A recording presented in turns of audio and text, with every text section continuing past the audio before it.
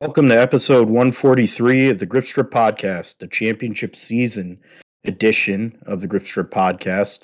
Uh, Plenty to talk about in regards to the triple header at Phoenix to finish the NASCAR season in the top three series, along with other series around the world, both MotoGP and Moto2 and Super GT in Japan. So those are two series that we'll get into in the GSP roundup.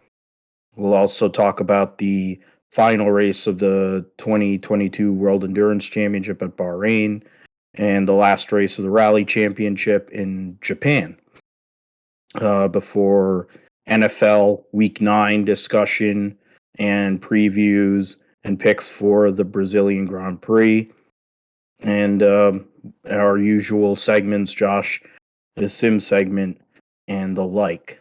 My name is Philip Matthew. I'm your host, and I'm with my co-host Josh Fine, coming off of a birthday celebration where he watched his Jacksonville Jaguars beat the Las Las Vegas Vegas. Raiders. Yeah, I mean they should be in Oakland or L.A. or wherever. Maybe they should be in a van down by a river. They're pretty hopeless, but the Jacksonville Jaguars did work. Trevor Lawrence actually looked like a quarterback, and Travis Etienne is the truth. Yeah, Travis Etienne didn't have the best game, but he had 2 touchdowns, and Trevor. I don't think he was the reason why they won necessarily. He didn't outright win it for them, but he was played solid, didn't make any mistakes, and helped the team to get a win. So yeah, it was pretty exciting to watch, and pretty fun experience, and of course, good way to celebrate birthday and everything. Getting a W there in Jacksonville, and seeing that, of course. Seeing a fan go out and streak on the field in his shorts or whatever, and they probably could have put that guy in the lineup because he looked like he had some speed to him as well. But yeah, uh, uh, good weekend there, of course, and of course, we got NASCAR Championship weekend that we got to talk about, and there's a lot of interesting things that happen, throughout the trucks race, the Xfinity, and even the Cup side. So yeah, ready to get into it. And we have a special guest today, somebody who I've known for a few years and has been on this show before, a NASCAR expert, media representative over time, uh, a responsible father and husband these days, celebrating his Giants being good again. So that's something for him to celebrate during the rest of this year since NASCAR is over. Great to have the talking in circles was part of what kind of got me going on this path. And I'm thankful for that because of this man right here, Clayton Caldwell, for the great job he did in his level of preparation. I definitely don't meet that level of preparation with this show, but I think it's part of what makes the charm of the GSP. But Clayton, I'm glad to have you on this day that is the first day of the now 2022 NASCAR postseason. A lot went on at Phoenix this past weekend. We kind of see the future of the sport and kind of connections to the past all through everything that went on this past weekend at Phoenix. And thanks for coming on the GSP. Thanks for having me. I really appreciate it. And yeah, it is nice to actually have a football season in November. As Giant fans, we don't really experience that the last several years. Our season's been over in November, so it's been nice to have that. And yeah, racing was good. I mean, it's certainly a lot to talk about at Phoenix. You know, Logano winning the second championship, and it doesn't seem like that long ago when Mark Martin was sitting there telling us about this kid Joey Logano and how everybody should pay attention to him. And he's could be winning cup races at the age of 14. Mark Martin always said about him. And it took a little bit of a time. He struggled at Joe Gibbs, that 20 car and a shadow of Tony Stewart there for a little while. Zipadelli, and I don't think him and Zippy saw eye to eye there. And then bam, he got to Penske and he's really done well. And however you feel about this championship format, certainly, that's another discussion for another day. But he's got 2 championships now, 31 wins, and certainly putting himself into the conversation of a guy who could be one of the greats of all time. and went out there and really, I thought, I know there was other drivers who led. Ryan Blaney, his teammate, got up there and led, but really it was Logano's race and really Logano's championship to lose. Ross finished third and had a decent day.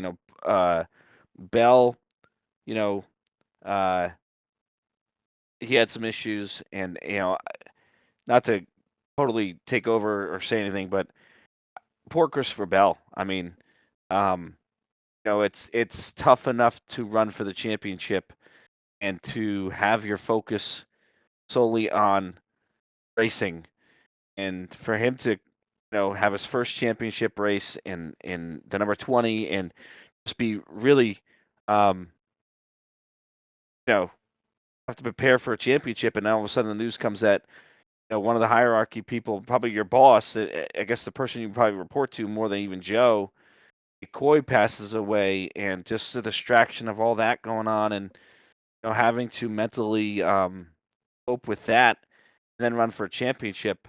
Uh I felt bad for Christopher Bell. I really did. I couldn't even imagine um, what he would have been in his um, you know what would have gone through his brain. Yeah. And so uh, you know, despite the circumstances, he did pretty well. Um, and I think it was a learning year for Christopher Bell. I don't know if he had a great year. You could say great year, but he got to the Final Four. And so overall, I think it was the Logano's championship to really lose, in my opinion. Yeah, definitely. And I'd be remiss if we don't give our condolences here on the GSP to the family of Coy Gibbs, to Coach Joe Gibbs, Ty Gibbs, who we'll mention later, is the Xfinity Series champion after quite a week. He was able to celebrate with his mom and dad and his grandfather on start finish line and or whatever, and that was the last pictures that we have of Coy Gibbs is with him and his son, celebrating his son's triumph and accomplishment, winning that championship, knowing more or less that he's going to be taking over the 18 car, and probably an absolute one of the greatest moments you would think for a father to see your son be able to accomplish a dream, a goal that they probably had from very little. So condolences, thoughts to the family of the Gibbs family in this tough time, and it definitely affected the Gibbs organization yesterday in general, and people connected to that group, and even ones that aren't like directly connected to it at the moment, but still, it is a family. NASCAR is a close knit community, like most motorsports communities, and a lot of people were affected by the loss. And considering how sudden it was, literally hours after the Xfinity series ended, the rumors were all over social media, family emergency. And when I read that and that Ty wasn't going to drive, I had the thought that it was either Coach Gibbs, or could have been something with his dad. I mean, I really didn't think like, okay, maybe his dad was in the hospital. Something was like, okay, fine, or something like something was with. But maybe something would have happened with his grandfather. But it's insane to think that Joe Gibbs has to bury both of his sons. There's it was a degenerative neurological disorder that took on Ty, or not Ty, I mean JD from us a few years ago, who was basically the guy that ran Gibbs, the company, and then Coy was forced into that role in a sense, coming off of the motorcycle, dirt bike side, and was led the team for the last few years, last couple 2-3 years, and now he's gone. So you gotta wonder what the succession plans are. You got to wonder what's going to happen there. It's kind of a talk that is going on with Penske earlier this year in regards to all the different entities that he's involved with and all the different deals that are going on there at 85 years of age. And, you can also look at it also with Roush, Fenway, Keselowski, with Brad Keselowski coming in, and with something we'll also talk about here after we go over this Cup race, with Jimmie Johnson adding his name to ownership. Jeff Gordon, who essentially is the guy at Hendrick Motorsports now. We're seeing the new age of ownership, and it's coming with a lot of the great drivers in the sport over time. But now we have to wonder about what that'll be with the Gibbs organization. But that's not right now. That's not, we can't discuss that now, of course, but I figure it will be a discussion to have in the coming months and years once things kind of settle down. As Clayton mentioned, Joey Logano won at Phoenix in the finale for the Cup Series, dominated the race, qualified on pole. Basically, was similar to 2018 when he went in there with saying we were the favorites and went out there and won that deal. He did the same thing again yesterday. 4th win of the year. 3rd at Phoenix and 31st win of his Cup Series career, 29th at Penske Racing. It's going to take a little bit of time for he needs to win a few more races. What is it? Another 6 or 5 or whatever to get to Brad's number that he had at Penske Racing, but he's more likely going to pass Brad for the most Cup wins at Penske. And he might set every other NASCAR record for Penske too. Even with them not really having an Xfinity or truck presence anymore because he's that young. 31 wins, 32 years old, 2 championships. Him and Kyle Busch are the only multi-time champions out on the grid starting next year. It's crazy to think that where Joey Logano was a decade ago, where he might have been out of the sport because of a tough start to his career. And Brad Keselowski said to Roger Penske, we should look at Joey Logano as a possibility to take over the 22 car when the whole situation, AJ Allmendinger had his situation. They had a revolving door of drivers. And 9 years later, 2 championships, Daytona, winning a lot of the biggest races. He's won the Clash a few times. He's done everything. He's done what everyone and Mark Martin said he would do. He has become a multi-time Cup Series champion. He led 187 of the 312 laps in the race yesterday. Ryan Blaney was his main competition. Basically, you look at, so 187, 287, and 9. Well, no, that's no. So they led over, like, they led all but, what is it? 15, 16 laps. Yeah. All but 16 laps of that race, which is just insane. 290. Yeah. That's just insane, but it is Phoenix. It's kind of what the racing is. They didn't put the spray down this race and kind of affected things, I think, a little bit. But Joey Logano gets the victory. Ryan Blaney finishes 2nd. Ross Chastain from 25th finishes 3rd. A lot of focus on him. We'll talk about it in a minute. Chase Briscoe finishes 4th. Had a chance. He was leading late after late restart. Ran up front all day. Finishes 9th in points. Huge day for Ford in general. Kevin Harvick gets yet another top 10, breaks a record that he had with Richard Petty and Dale Earnhardt for the most top 10s consecutively at one racetrack. William Byron 6th, Kyle Busch in his last race for Joe Gibbs and M&M's finishes 7th, Denny Hamlin 8th, Kyle Larson, who was battling for the Owners' Championship and is the defending winner and champion of the series, defending winner of this race, champion of the series, finishes 9th. Christopher Bell finishes 10th.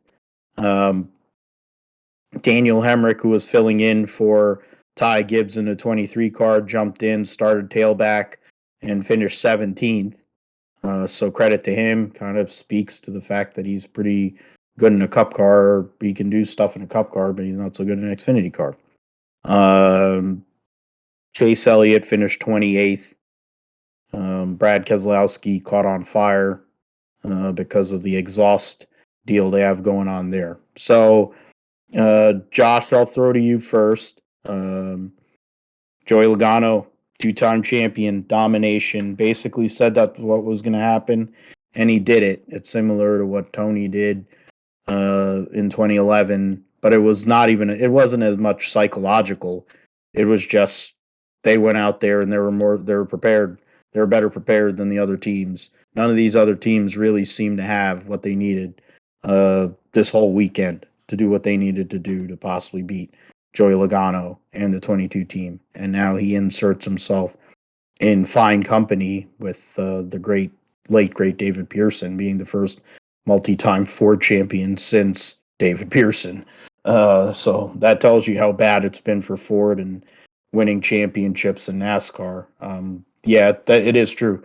There's been a bunch of one-time champions for Ford over the years, the likes of Alan Kowicki and Dale Jarrett and Matt Kenseth and Kurt Busch. And after that, Joey was one there. Brad won for Dodge. Kevin Harvick won for Chevy when SHR was still with Chevy. Trying to think about other Ford champions over time. Bill Elliott was 87 and should have won in 80 or 88. My fault. Dale was 87. Bill was 88. Rusty was 89. And before Bill, Awesome Bill, I don't know. It was a while. It might have been Pearson. It was Pearson because you think about Mr. the King drove Mopars and GM products. Cale Yarborough drove GM products for Junior Johnson. Bobby Allison drove a Buick when he won for Dyegard. So did Darrell Waltrip. And Darrell Waltrip drove Buicks and Chevys. It is David Pearson. Benny Parsons drove a Chevy. It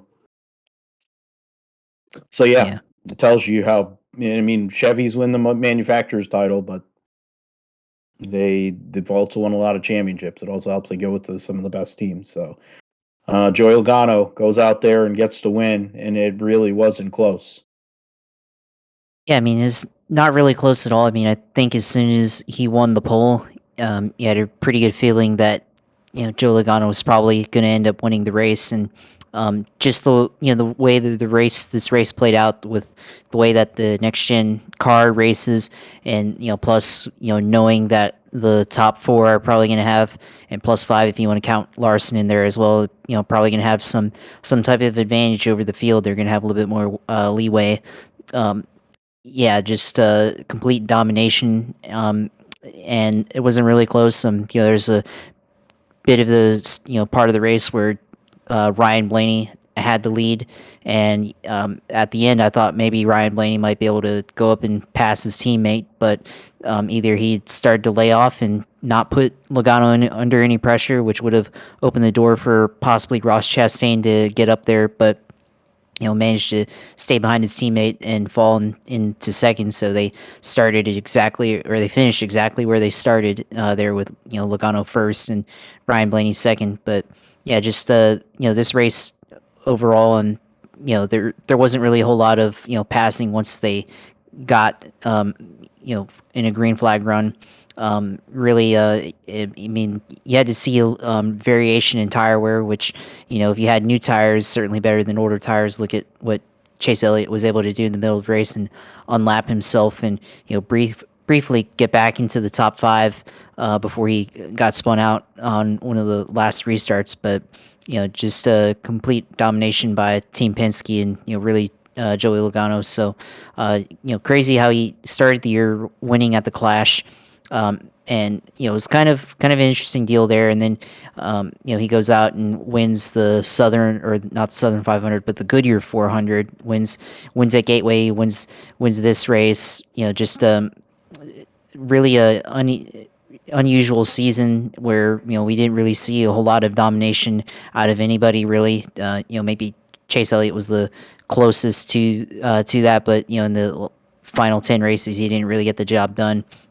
But yeah, this was just a complete good effort by Team Penske there, and you have to wonder if they're gonna next year are they going to be the favorites, the early season favorites between Logano and Ryan Blaney, and even throw in Austin Cindric with his road course experience. Are they going to be the early favorites right out of the gate coming into 2023? We'll have to see, but yeah, just when they dominated when it counted, in a year of parity where there wasn't really any true number one team. They're the ones that come out on top at the end of the day. And it's something to look at with when you consider Ford struggled all year in general. I mean, Penske had their moments.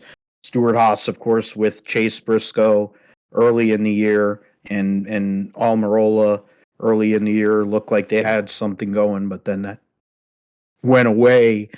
And then Harvick came back when he was in a essentially must-win scenario to get himself in the playoffs, get 2 wins in a row, and then it all blew up in the first round of the playoffs.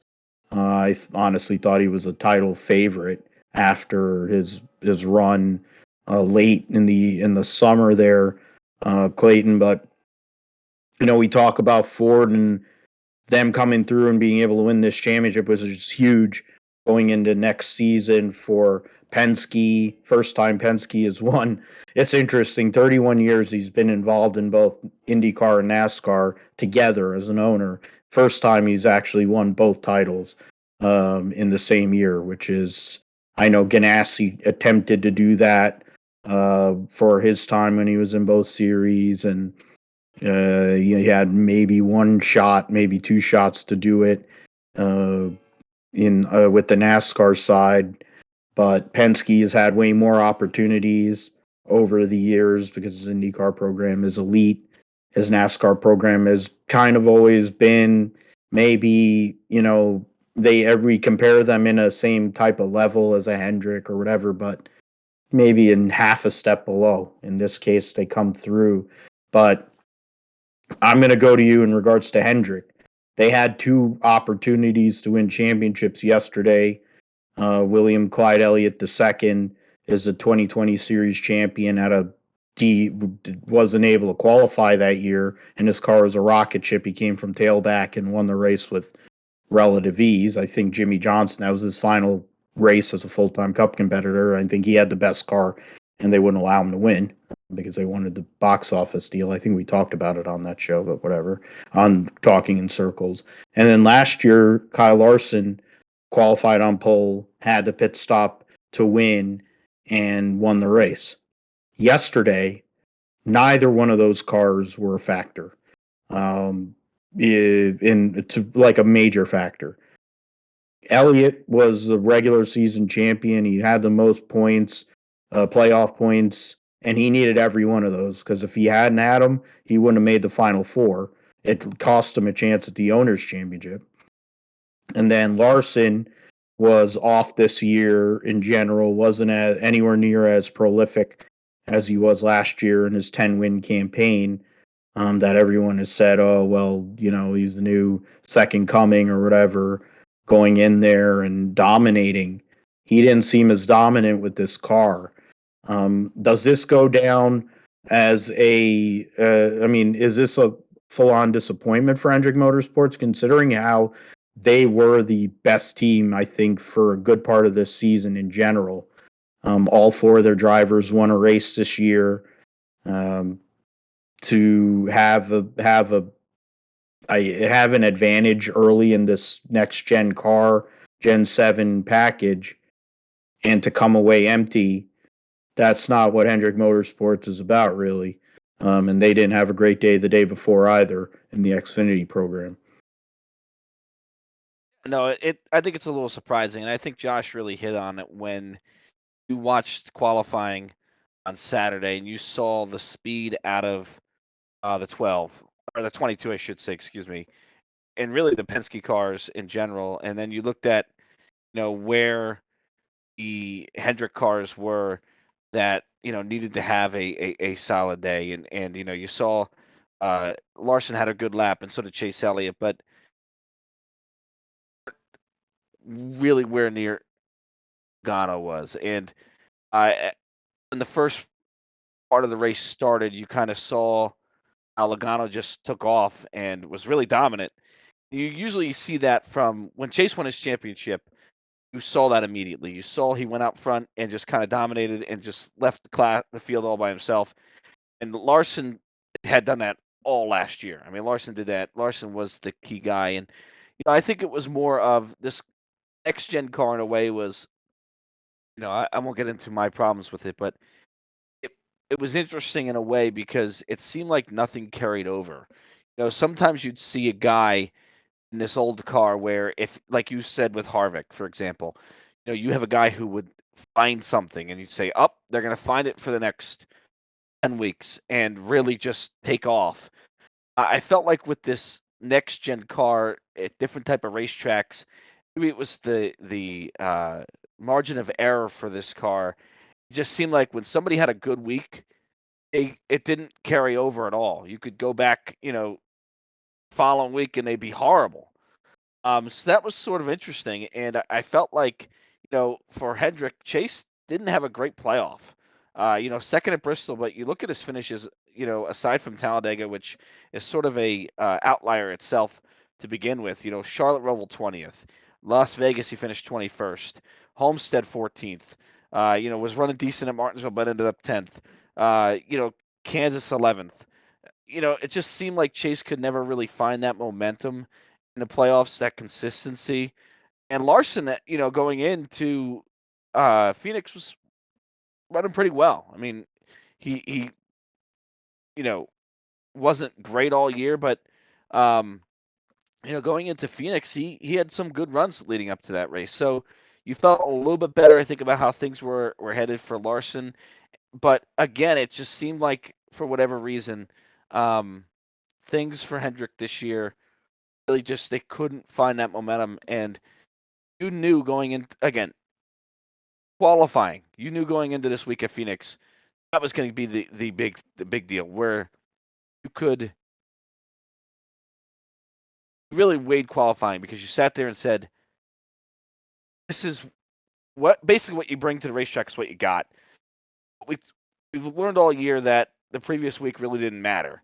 So as soon as Logano went out and won qualifying and put the laps together that he did, he sat there and said, "Okay, um, he's going to be tough to beat," and he was. And when you put your eggs in the basket as far as one race is concerned with this playoff format, um, and you were kind of beaten when qualifying started. I think that's what unless Logano shot himself in the foot somehow, or had a major mistake on pit road, that's kind of what everybody was waiting for. It's Logano's championship to lose. We all kind of said that going into Sunday after watching what he did in qualifying. It's Logano's championship to lose unless he shoots himself in the foot, unless they make a mistake, and he didn't do that. Got in a clean air, and he was gone. And really, all the other guys were kind of fighting, ill handling cars at times and other issues as well. But as far as Chase Elliott was concerned, you know, just a little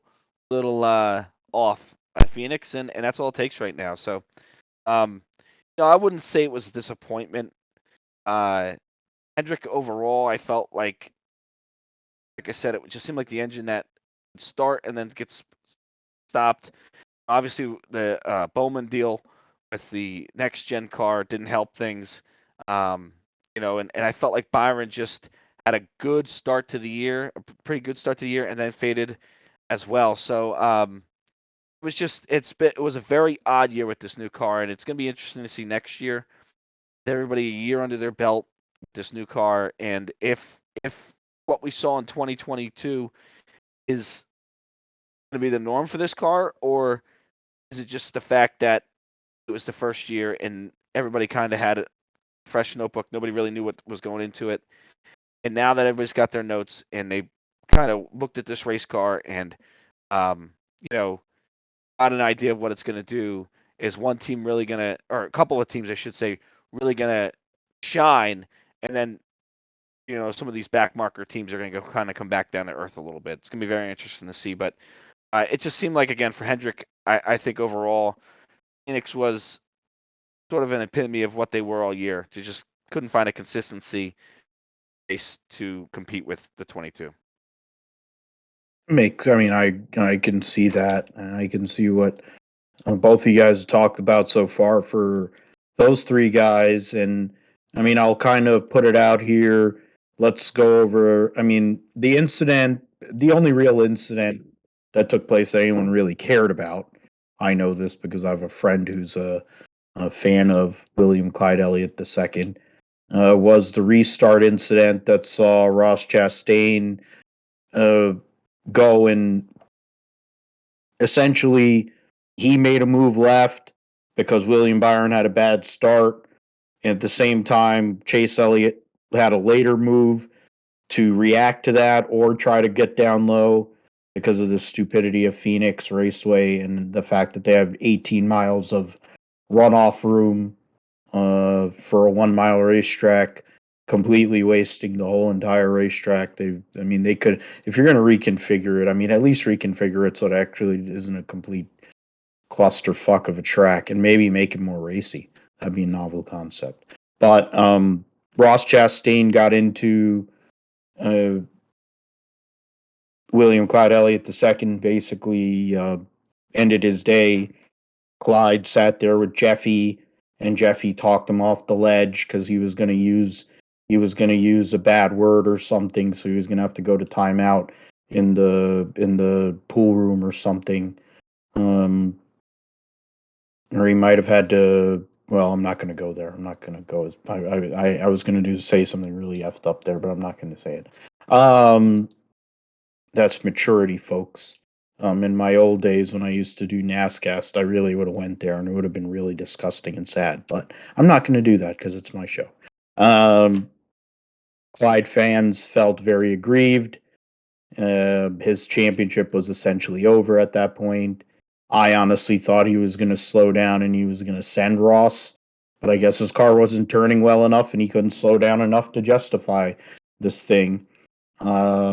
Christopher Bell, Clayton, you mentioned earlier with the whole situation with Coy Gibbs. I think that fundamentally affected everybody in the Gibbs camp. I think that also affected Darrell Wallace Jr. He did have a decent car for a while. Then he started having mechanical brake issues. He had some other issue that I heard about earlier today. It didn't seem clear what happened to his car.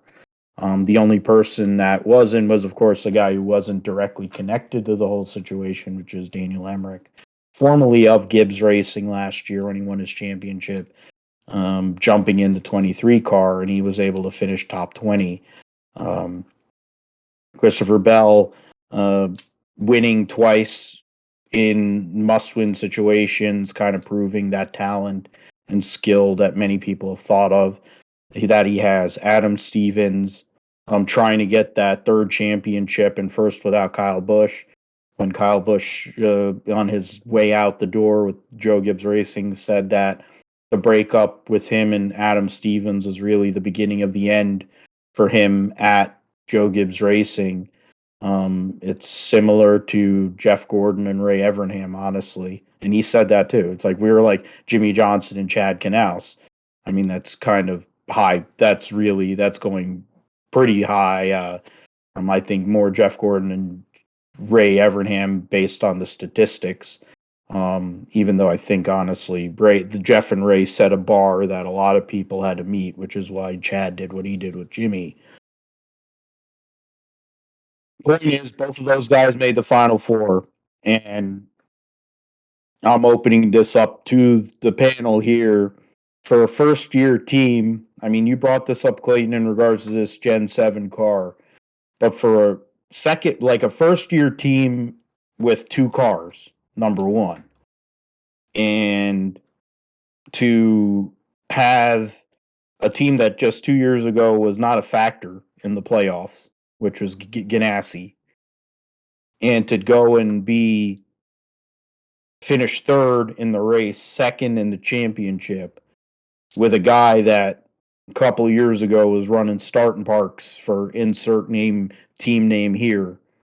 And it's something that we have not seen in NASCAR in a long time. Whether you like him or don't like him, Ross Chastain, he's an underdog story, and it would have been. And it's not just a hail melon from last week. It's not smashing watermelons like Gallagher. It's not the fact that he runs into people and doesn't really care like certain people in the history of the sport. It speaks to what Justin Marks is trying to build in regards to an organization and what the future of NASCAR could be if the likes of Justin Marks are able to impart their type of business model into this, because these teams don't make it there. It's always the Hendrick, it's the Gibbs, it's Penske, it's SHR, it's whatever, RCR back in the day. Those are the teams, the standard bearers. Those are the ones that are supposed to be there. But Trackhouse got there. And I think that's a huge sign of things to come with some of the other pieces that are kind of falling into place. And I think it's a positive sign. There are things with this next gen car, and I think we can add this into this piece with these two guys that made the Final Four. There are positives and negatives with this car. I know, Clayton, you said you wanted to talk about it. I'll end this part of the discussion, but thoughts on Bell being essentially going to be the lead dog at Gibbs. I mean, he's the future of Gibbs is basically him and Ty. We know that the days of Denny Hamlin, he's never really been the lead dog. It was Kyle Busch. He's going to be the lead dog in terms of veteran, but he's more looking at his organization out the door where his commitments are. Martin Truex doesn't know if he's going to race from year to year anymore. So what do we think of in regards to the performance of Chris Bell, Josh, to get in 2 wins in cutoff situations with a crew chief, one of the best crew chiefs in the sport? Didn't have a great year, to be fair, until about midway through the season they started to switch it on, got themselves into the mix. Has he turned a corner? Is he going to be able to do what he needs to do to last at Gibbs, which doesn't seem to be something that happens for a lot of these young guys? See Joey Logano, see Eric Jones, see Daniel Suarez. Those are just 3 examples. They're running through people the same way Ford runs through people. That's why Chevrolet always wins. And then also what Trackhouse did this year in their first full year with 2 cars to put themselves in the mix, have one car finish second in points, another car just outside of the top 10 in points. Huge result for essentially a brand new organization a couple years ago. And all the investments that Justin Marks had to make and sacrifices they had to make. And then the new car, pros and cons. And I'll go to you first, Josh.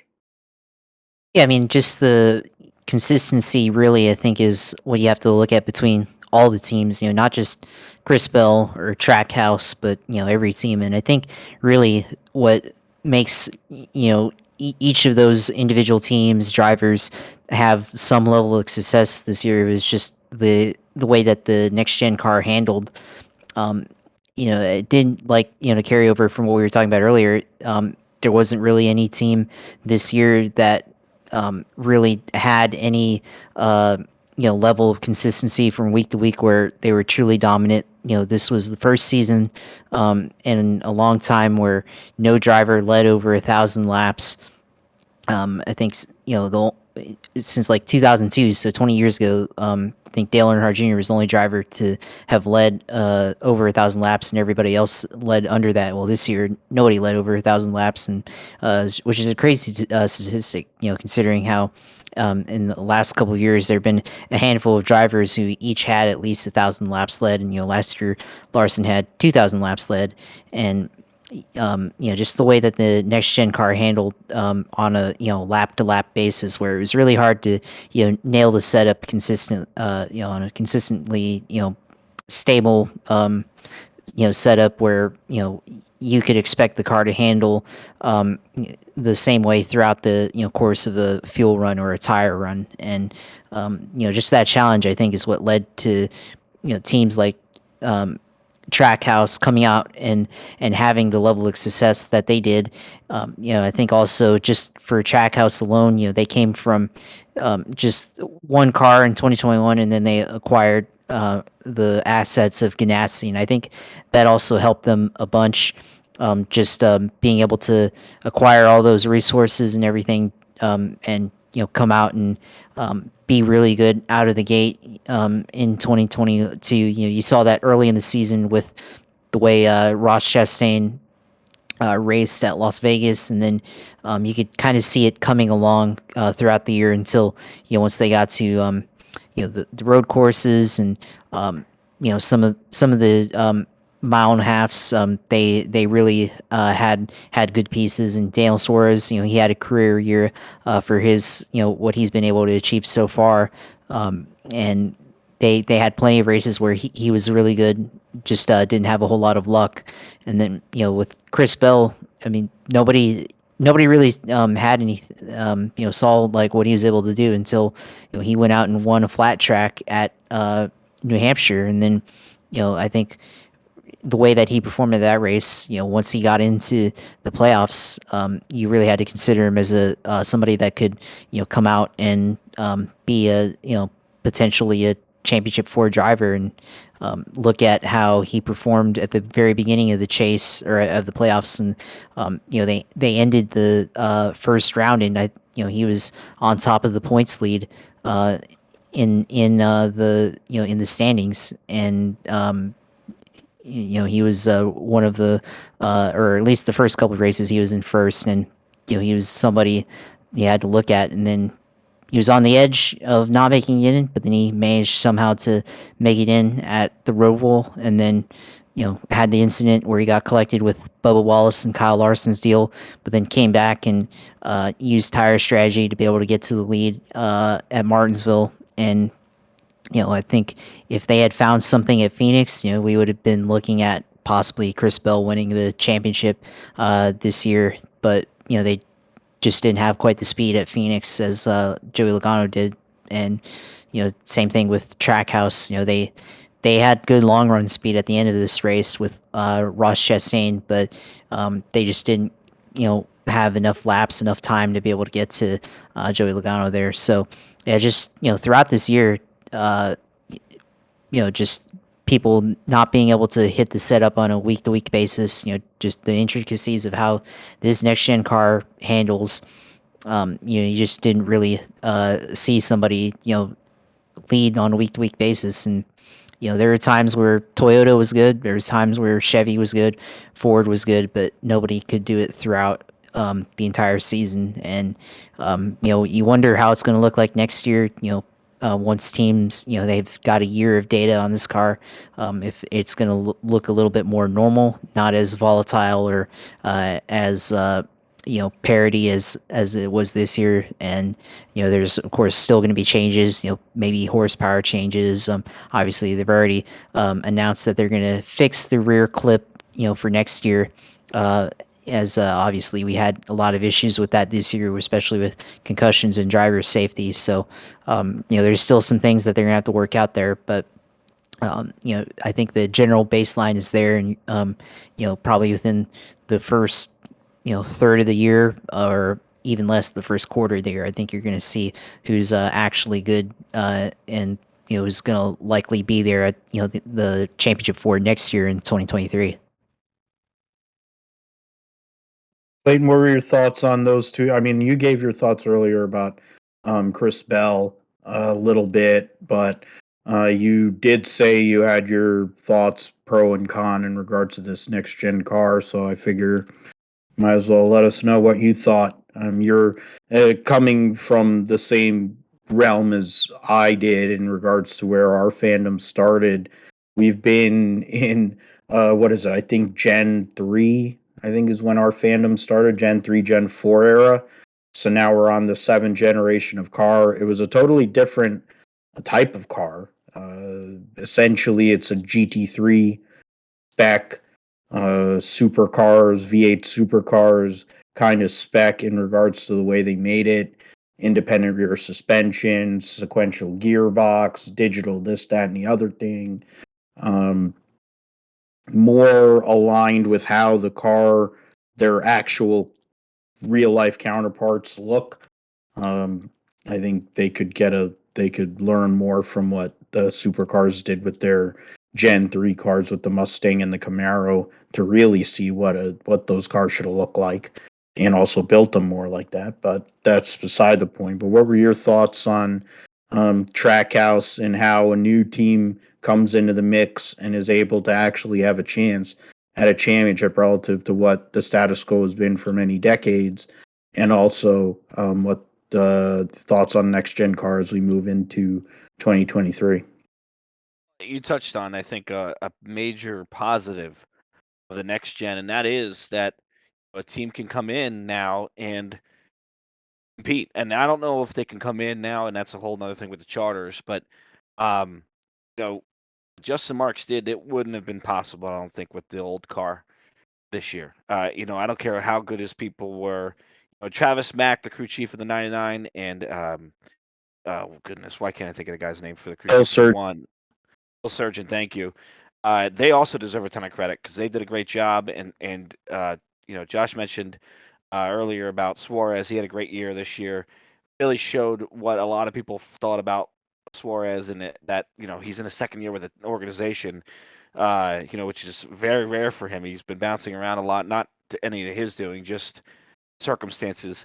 Um, but anyway, they did a great job this year, no question. I think that's something that the next gen car, that's a positive of it. And if you are somebody who likes going to the racetrack and you have really no idea who's going to be good from week to week, that's something that you want. And I do think in a way that's a positive for the sport for sure. And here's where my negatives will come in. I think part of my problem with this next gen is that I'm not sure it's as far as much it shows the talent of teams as much as we see a lot of more luck plays into things. And so, you know, I'm not a big guy on liking to watch where luck sort of plays in a bigger role.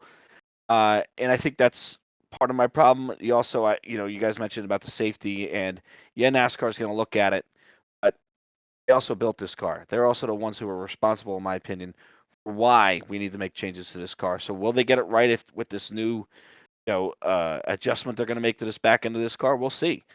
You can't have guys wrecking cars with very little accidents. I mean, Kurt Busch's career is over because of a. Listen, no doubt they go fast at Pocono, but that was a very normal looking accident, to say the least, for Kurt Busch and even Alex Bowman. And the problem with Busch, you could say was, oh, he's a veteran. He's taken hits before we had safer barriers, before we had safer race cars, and you could sort of sit there and say maybe those lingering effects from his early hits in his career is really what played a role into ending his career per se. You can't say that about Alex Bowman, though. You couldn't say that about Alex Bowman. He's been with the he's a newer driver, and so that was a major problem. I felt that the package we had for these short tracks was a problem.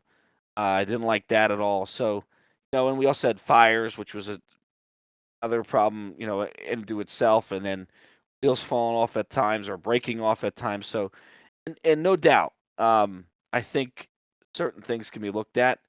But I thought Chase Elliott had the line of the year when he said, I think it was Justin Marks said, hey, we're going to have some issues with this car. We knew coming in we were going to have issues, but Chase Elliott said with the technology we have, there's no reason to take a step back in safety. And he was absolutely correct. He had a grand slam game-winning ninth inning with the down 3 with the bases loaded, got a 3-2 count, got a hanging curveball, and just slammed it about 600 feet into the stands. that comment. There was no question. That is 100% correct. And that's really what my biggest problem with this next gen car was. I felt, and again, maybe people will tell me I'm wrong with this. I felt this car was built for cost. I think, Steve Phelps touched on it in his State of the Sport this week, where he said, we're looking at owners and the future of this sport and really trying to cut back the costs. That's a big thing about it.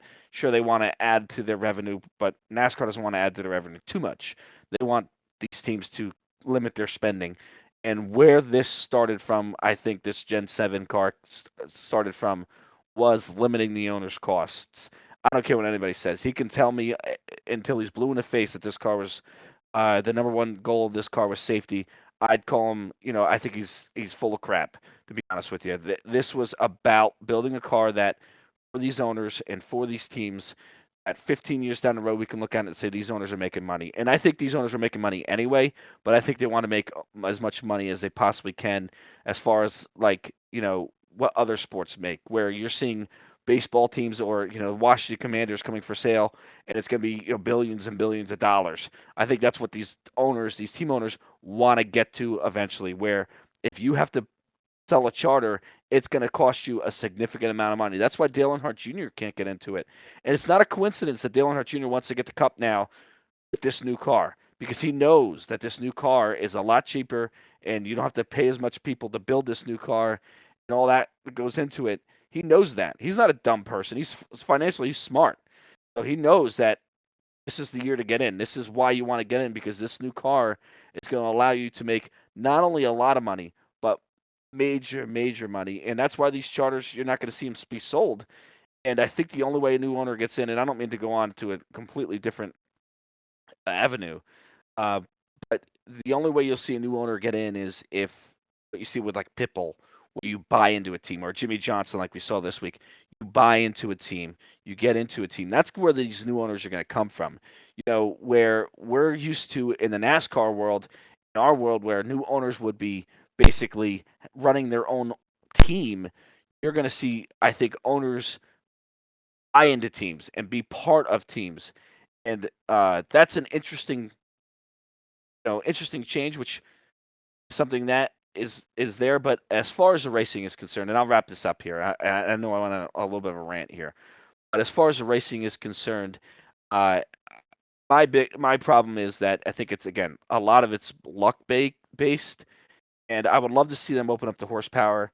And it drives me crazy because they put these engines in to, I think, a lot of the reason was, and maybe there's other reasons, but I think the biggest reason was to woo manufacturer into NASCAR, another manufacturer into the sport, which makes a ton of sense, by the way, to do that. But we're not seeing any progress. I mean, they were apparently close to this, last year, 2 years ago, they reported, oh, NASCAR is close to adding a manufacturer. Now there's nowhere close. It seems like the talks with Dodge for whatever reason fizzled out, and now we're gone. So what are we doing here with these engines?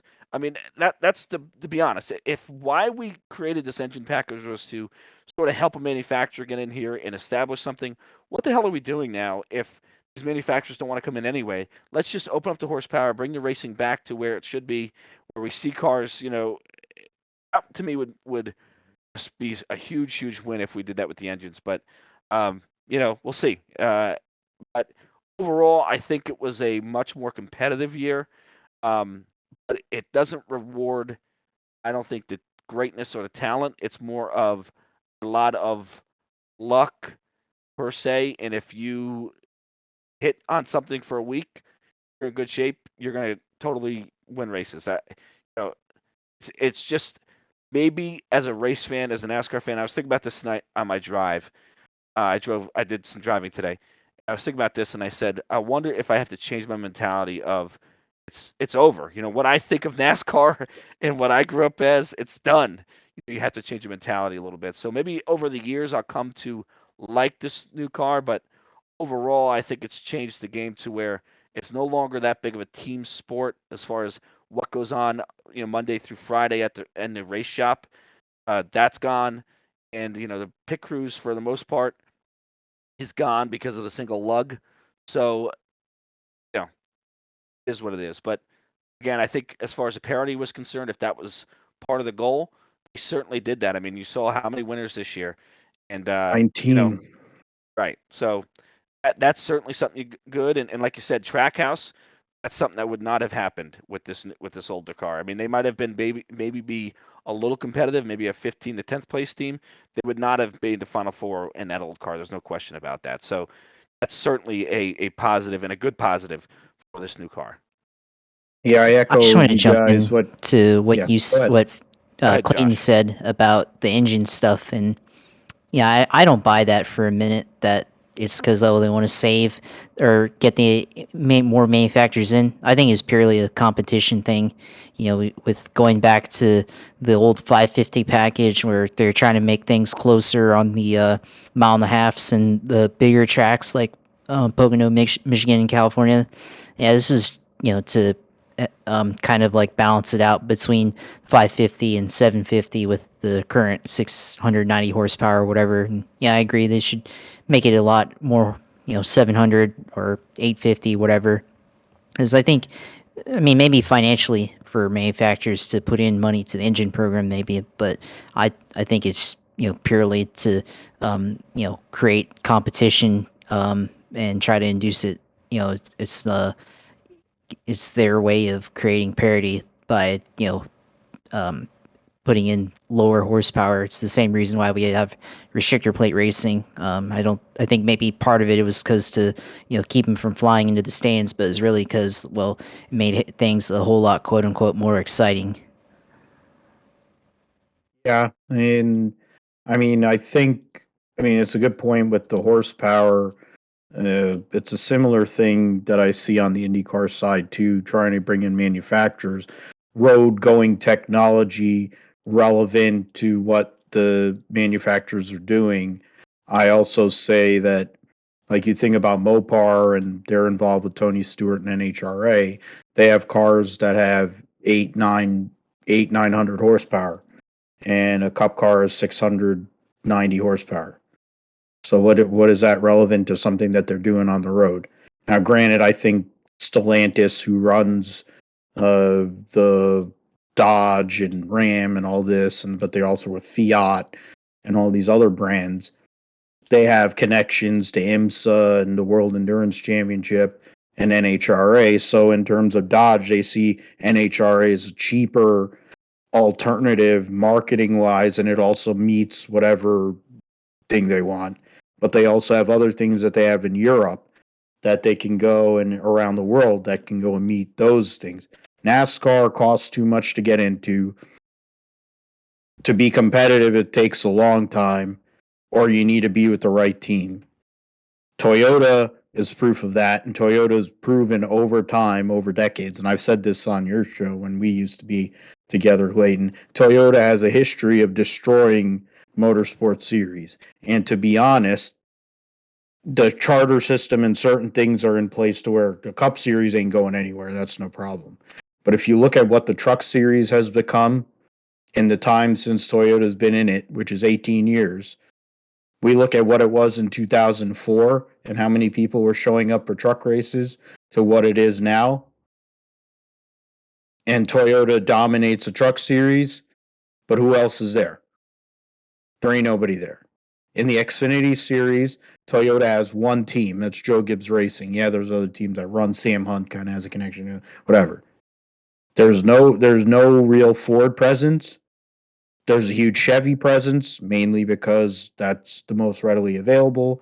And Dale Jr. runs one of those teams, and that's a Hendrick outfit. That at the end of the day, you want Honda to come into that. Honda's been in IndyCar for years, and they've been on and off getting their ass kicked by Chevy for, I don't know, since 2012 with this engine package, and they keep on adding things in IndyCar. They have the same car for 10 years, and they talk about cost. You want Honda to get in on this? There's no effing way that you're going to convince Honda to build a Ridgeline truck under the basis of how stupid these trucks are now, and to get them to make a V8 engine. Who are you going to get a V8 engine? You're sure as hell not going to trust Ilmore because they can't make a decent engine. They can't make a decent engine for trucks or ARCA. And Penske's in on it. All these people are in on it. You start going and getting in Roger Penske's in on it with that crappy crate engine. Mike Helton doesn't have anything directly to do with NASCAR, but who builds the bodies for all these different series? 5-Star. Who's one of the big people at 5-Star? Frickin' Helton. Like once you start, it's the same thing in politics, the same way our society is. Once you start looking at things and you start digging in, it's the way they all should wear their sponsorship jackets, the way that NASCAR drivers wear their uniform. All these people are connected in some way, shape, or form. It's not a cost saving thing, whatever. SOD is one of the dumbest people on planet Earth, but he's a sword swallower. That's why he's where he is. Steve Phelps sits there and he likes to take arrows from everybody and he just says whatever anybody wants to say. Because they already had BZF sitting there in his drug induced rants, and he's going to go on the download, which is going to be something to see because he hasn't been out in public in a while. So who knows if he's actually going to be on or off script, whatever. But when you consider that since he took over this sport in 2004 to where we are in 2022, there's been exponential change. There was a push on safety.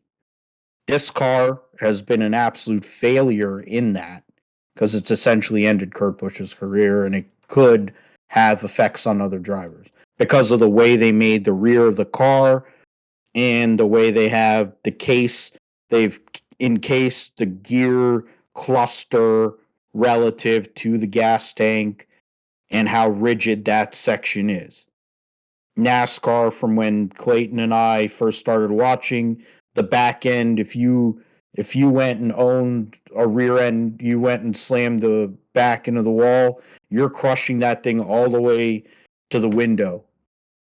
Now you bounce off the wall with a little bit of a bump, but the difference is the drivers are taking all of it, which is essentially what caused all the deaths 20 plus years ago with the basilar skull fractures through different types of incidents, a lot of head on, but what brought on because of the rigidity of the cars, which is kind of, we can go I can go off into the tangent with that way. That's a failure. The car on short tracks and road courses, which everyone said it was supposed to be made for road courses, failure. The tires are not, it's typical Goodyear. They don't know how to make a good tire. We already know that. You listen to the show long enough. I don't trust them to make a good tire. They can make a tire that can wear and also last. If they can do it on the road, supposedly, they can do it on a freaking race car. But they haven't proven to do that well in NASCAR. But they're in cahoots with the Frances, so they're never going to get fired. The fact is they need a better tire.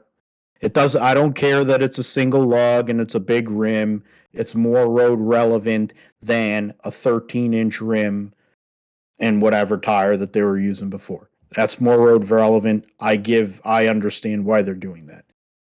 They need to figure out why, especially on the Ford side, why they're having all this tire pickup right next to the exhaust manifolds catching fire. Because it's cost multiple people cars. It cost Chase Briscoe a top 5 finish at Richmond. Brad's car caught on fire yesterday. I mean, it's ridiculous. And there's a list. I forget which website.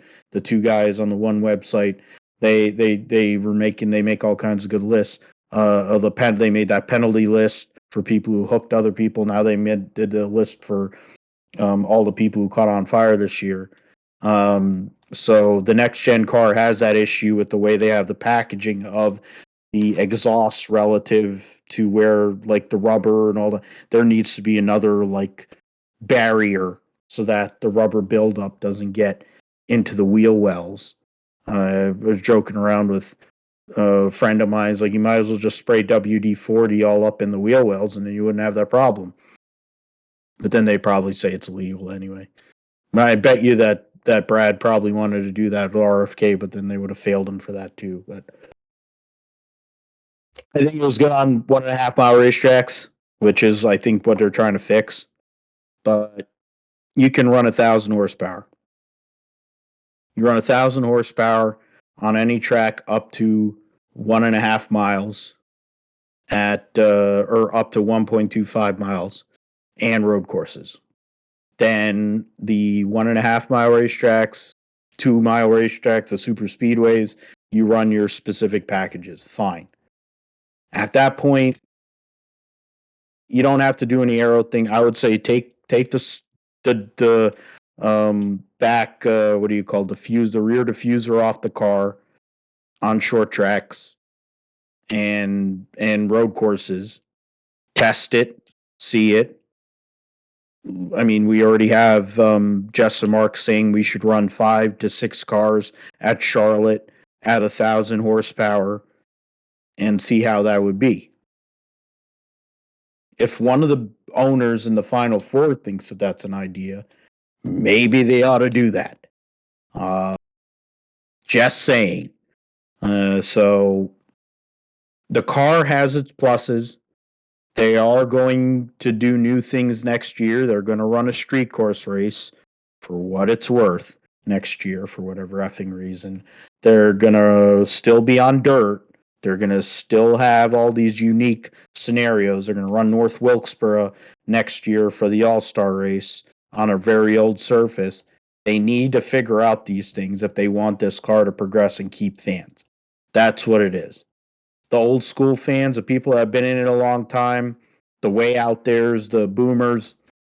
I mean, they were neither here nor there. But if you're looking at Clayton and myself, who have been into this thing for 25 plus years as fans, that's who you need to keep. You need to keep us, like all of us, because Josh, you're younger, but still, you've been in it a long time. We're the people you need to keep, not the short attention span people. And so we'll see about all that.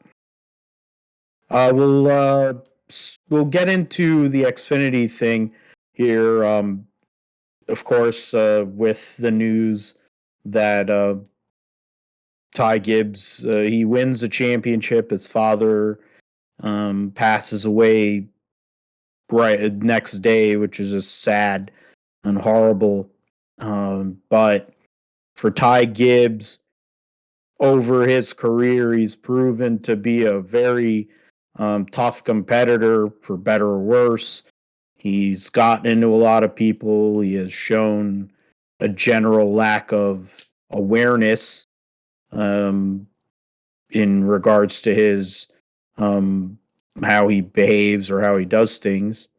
The notion is going into what will be his rookie year next year in the Cup Series, 11 wins, 25 top fives, 33 top tens, and 6 poles. And I mean, he only ran just over half the races last year and finished 13th in points. This year, only slightly improved average finish. But, he 16 top fives and 23 top tens in 33 races.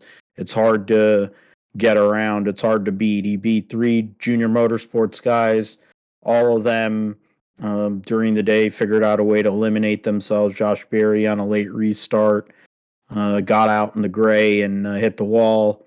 Justin Allgaier ran his tires off his car, tried to slide him, couldn't do it. And then Noah Gragson had to come back. All 3 junior motorsports cars had issues on pit road during this race. And that was a key.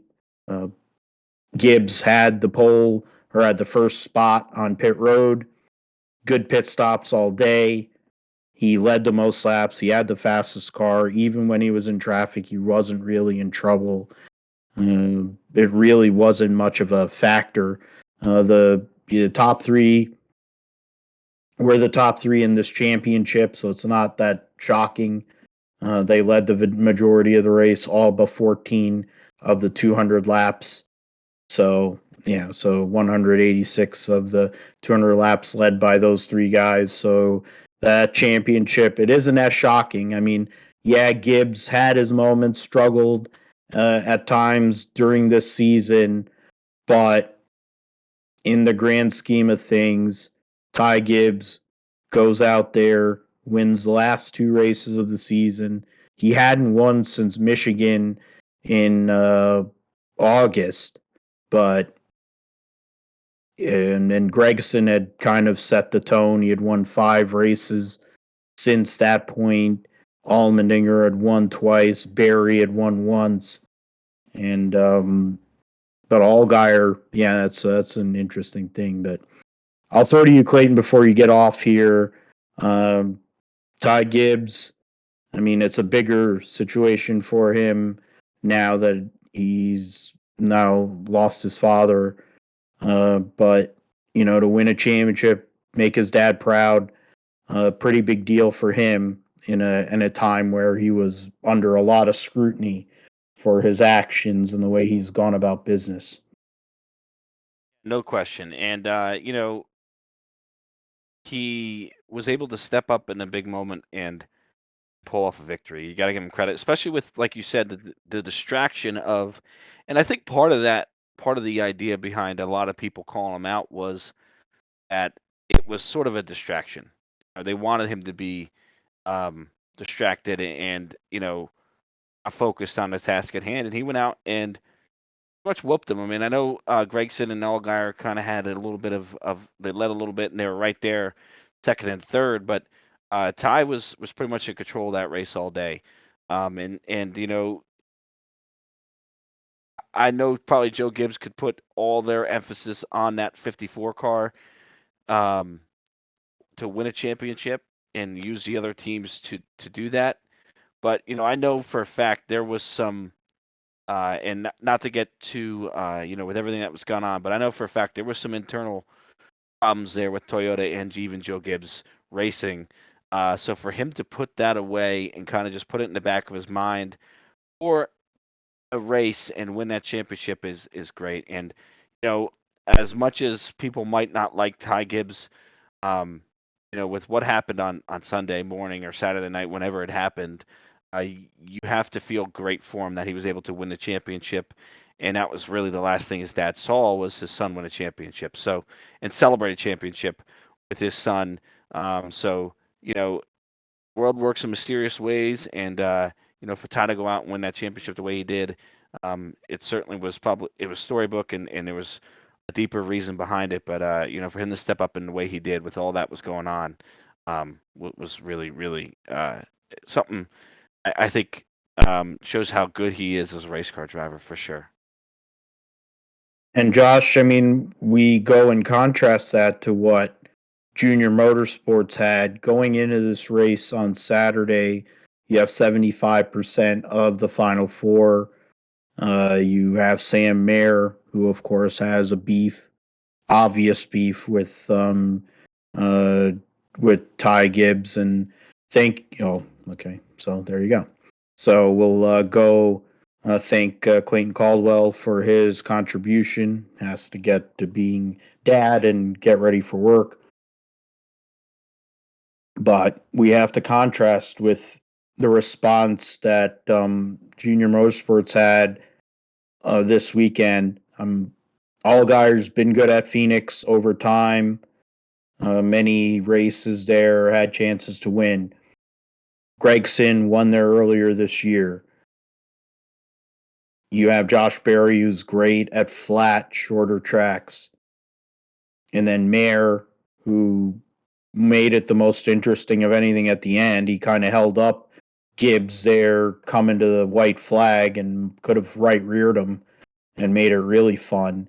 But in the end, Junior Motorsports, with 75% of the field, were not able to beat Ty Gibbs, and it really wasn't much of a fight, to be fair. That 54 car was on rails. Ty Gibbs wanted to prove that he belongs. Doesn't have to run over people, even though he's made a career out of it. But in the end, Noah Gragson has to go and eat one for sure. He's the one that was the most outspoken of the bunch, and he had to eat it for sure. 8 wins this year, similar to what Chase Briscoe had a couple of years ago, winning 9 races in 2020. But when it came down to it, they came up small when it really counted. Yeah, I mean Noah Gregson, he came up short. He had provided a lot of bulletin board material with the talk that he had on his media availability leading up to the race. And I'm not gonna say he was wrong for saying it. I think he's playing the heel card a little bit, and but also just trying to, I guess, be himself in a way. But it maybe looking back on it now, maybe it wasn't the best idea to, put that out there like that. But he's gonna be who he is, and um, say exactly what is on his mind. And yeah, I think that's why a lot of people like him now, and it seemed like a lot of people reacted positively in favor of Gregson after those comments were made. Um, but on the race on Sunday, I think it's just a matter of who had the better car that weekend. Because looking back at what Gregson did in the spring at Phoenix, he ran pretty well there and won the race. But things change, and he took over kind of because it was Ty Gibbs' series earlier in the season. Remember, he was winning a bunch, and then he kind of fell off, like in the middle of the summer, and Gregson started to emerge, and we thought that maybe Noah Gregson was the guy in the Xfinity series, but uh, Gregson just came up short there in Phoenix, and I think Gibbs, after the whole playoff steal, Gibbs and uh Ty Gibbs, they, I guess, came out with the best piece that they could come up with, and he was the best car the whole day. And I think maybe at the end Gregson might have been able to catch him. Maybe if he had like 5-10 more laps, could have been there.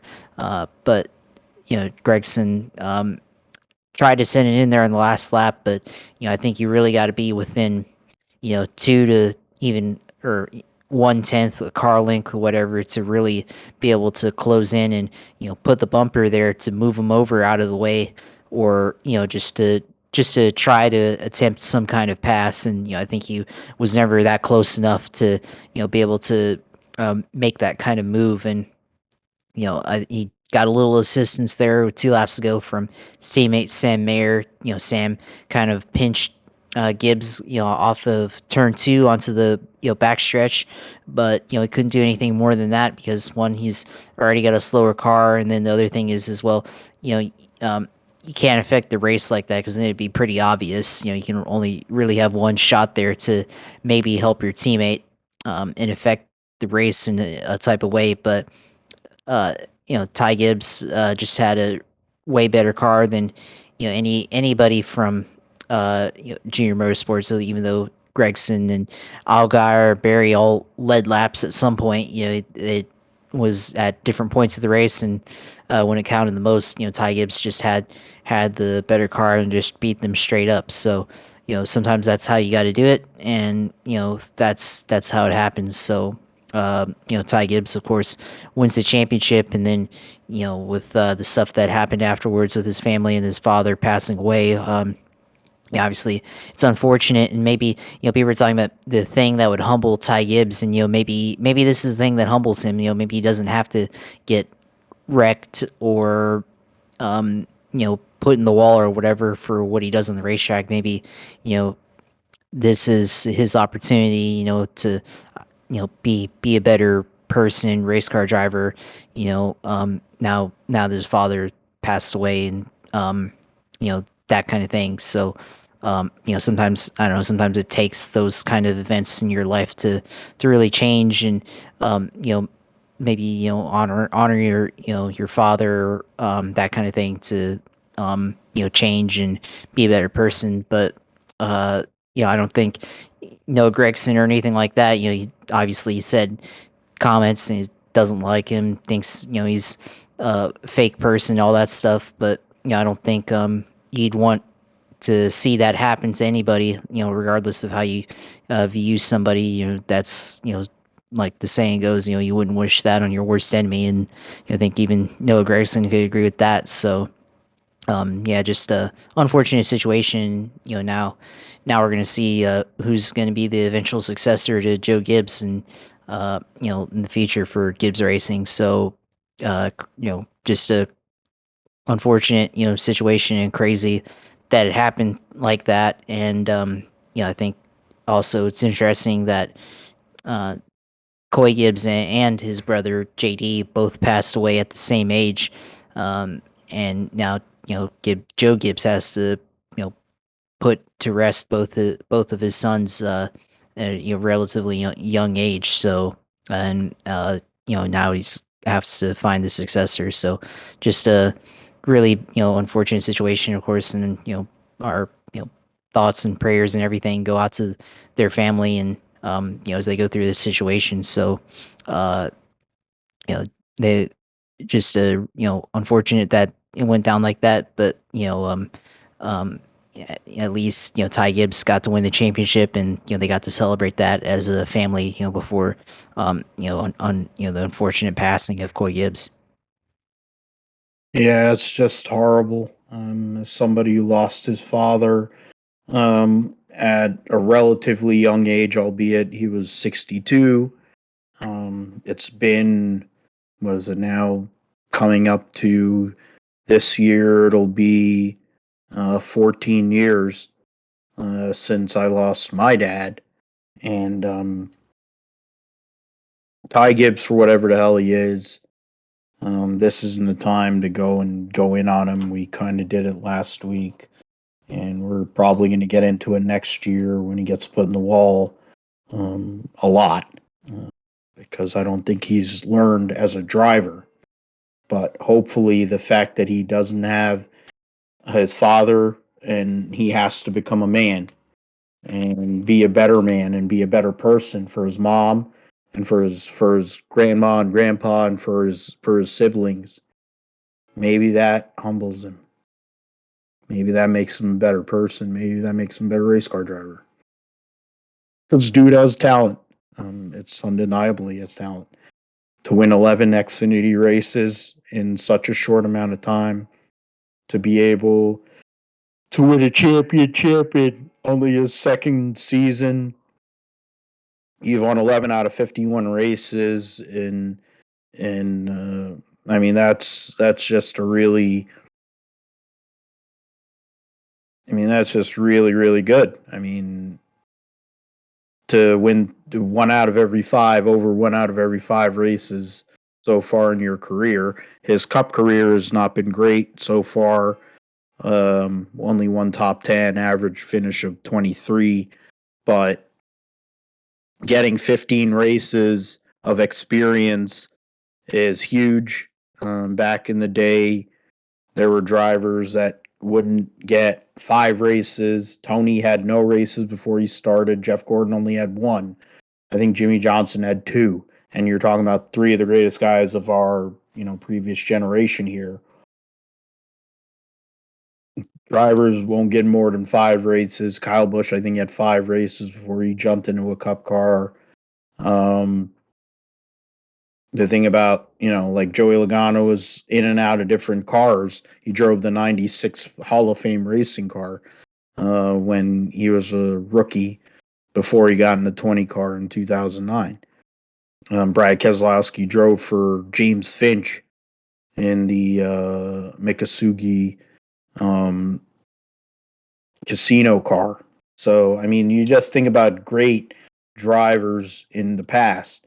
They only drove 5 races before they jumped into a cup car. This guy's already got 3 times as many races in a different car. Granted, he didn't do much, but going out there under duress, winning a championship, and then on top of it, what has transpired post that, we will see what Ty Gibbs brings to the table come the clash in the LA Coliseum here in 3 months' time. Yeah, essentially. Yeah, it's 3 months' time because it'll be in February.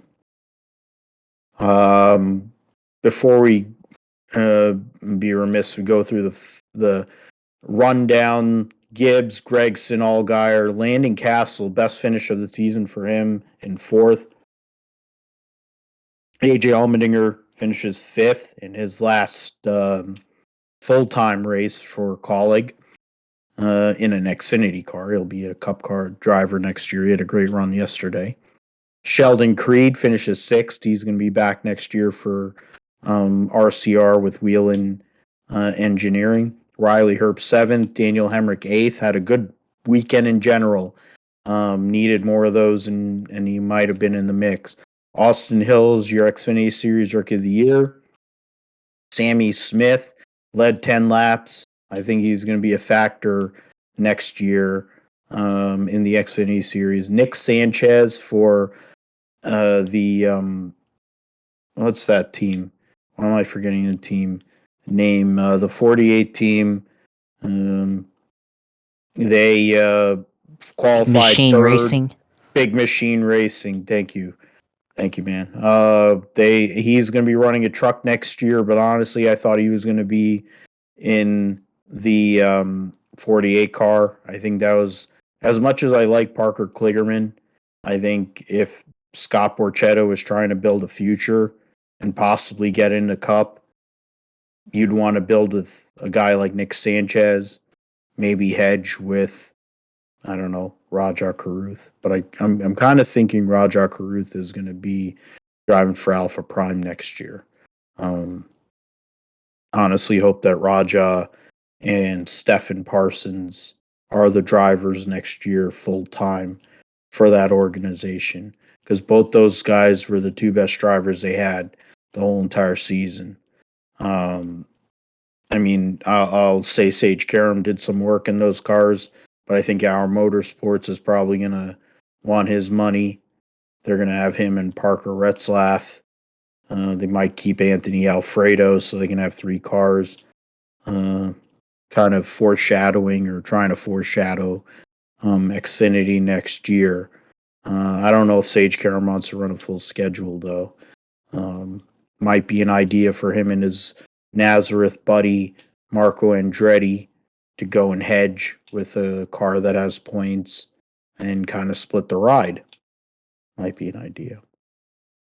Defending SRX champion there. Josh Berry 13th. Kyle Weatherman finishes out the year for the Jesse Uji team, gets a top 15 finish.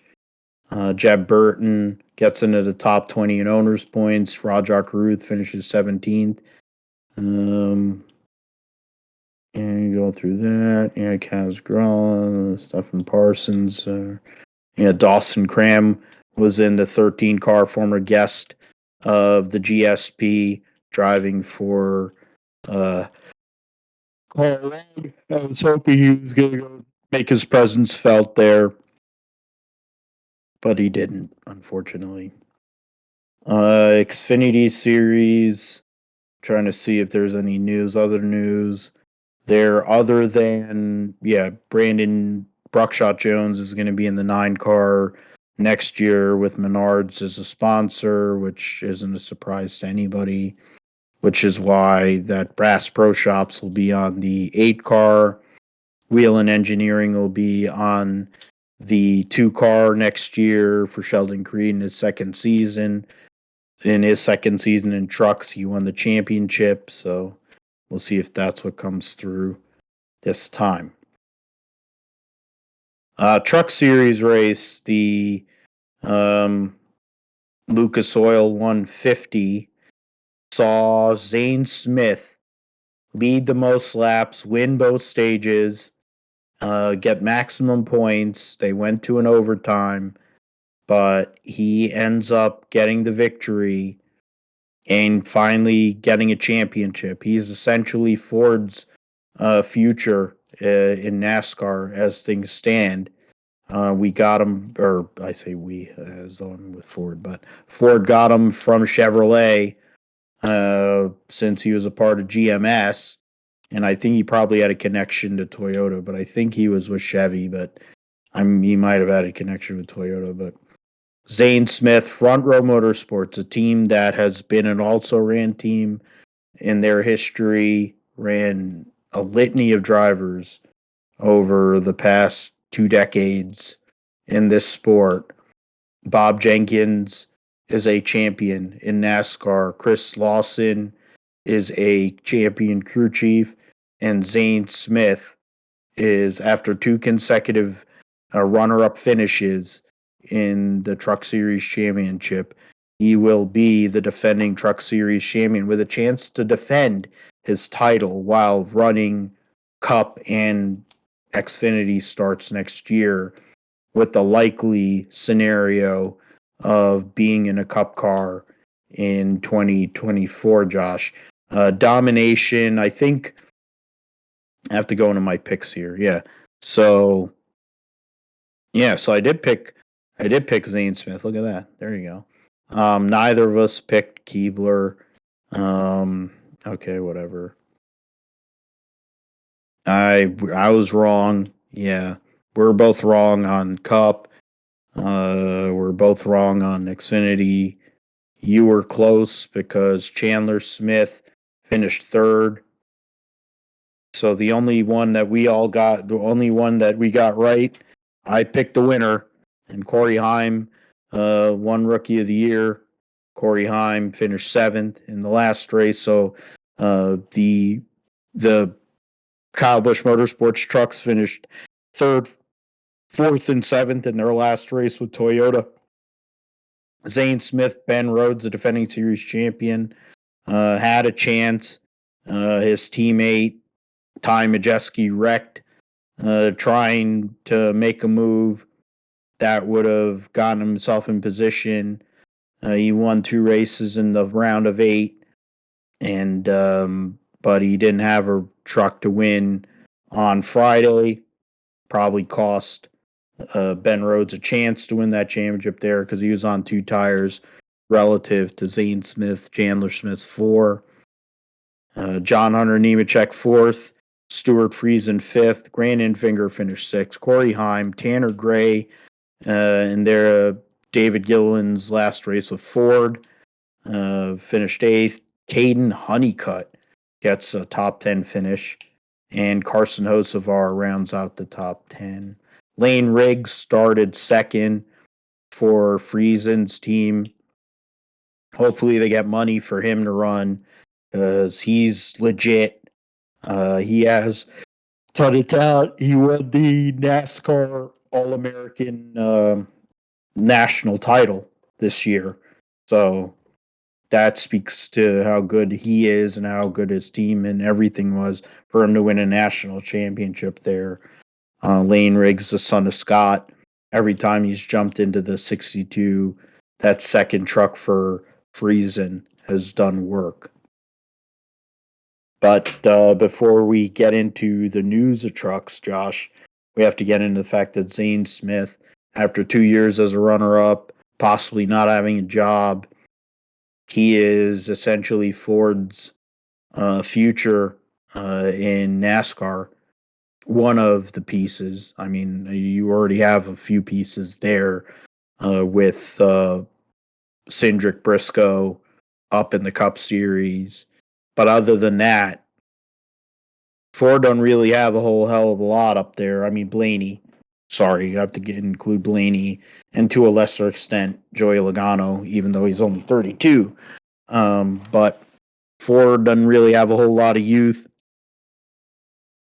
I mean, I guess Chris Buescher is kind of young, but they need to have other young guys. They've let a lot of people go over the years, but Zane Smith winning this race, getting out of hibernation, is huge for Ford, not just for this championship, but in general.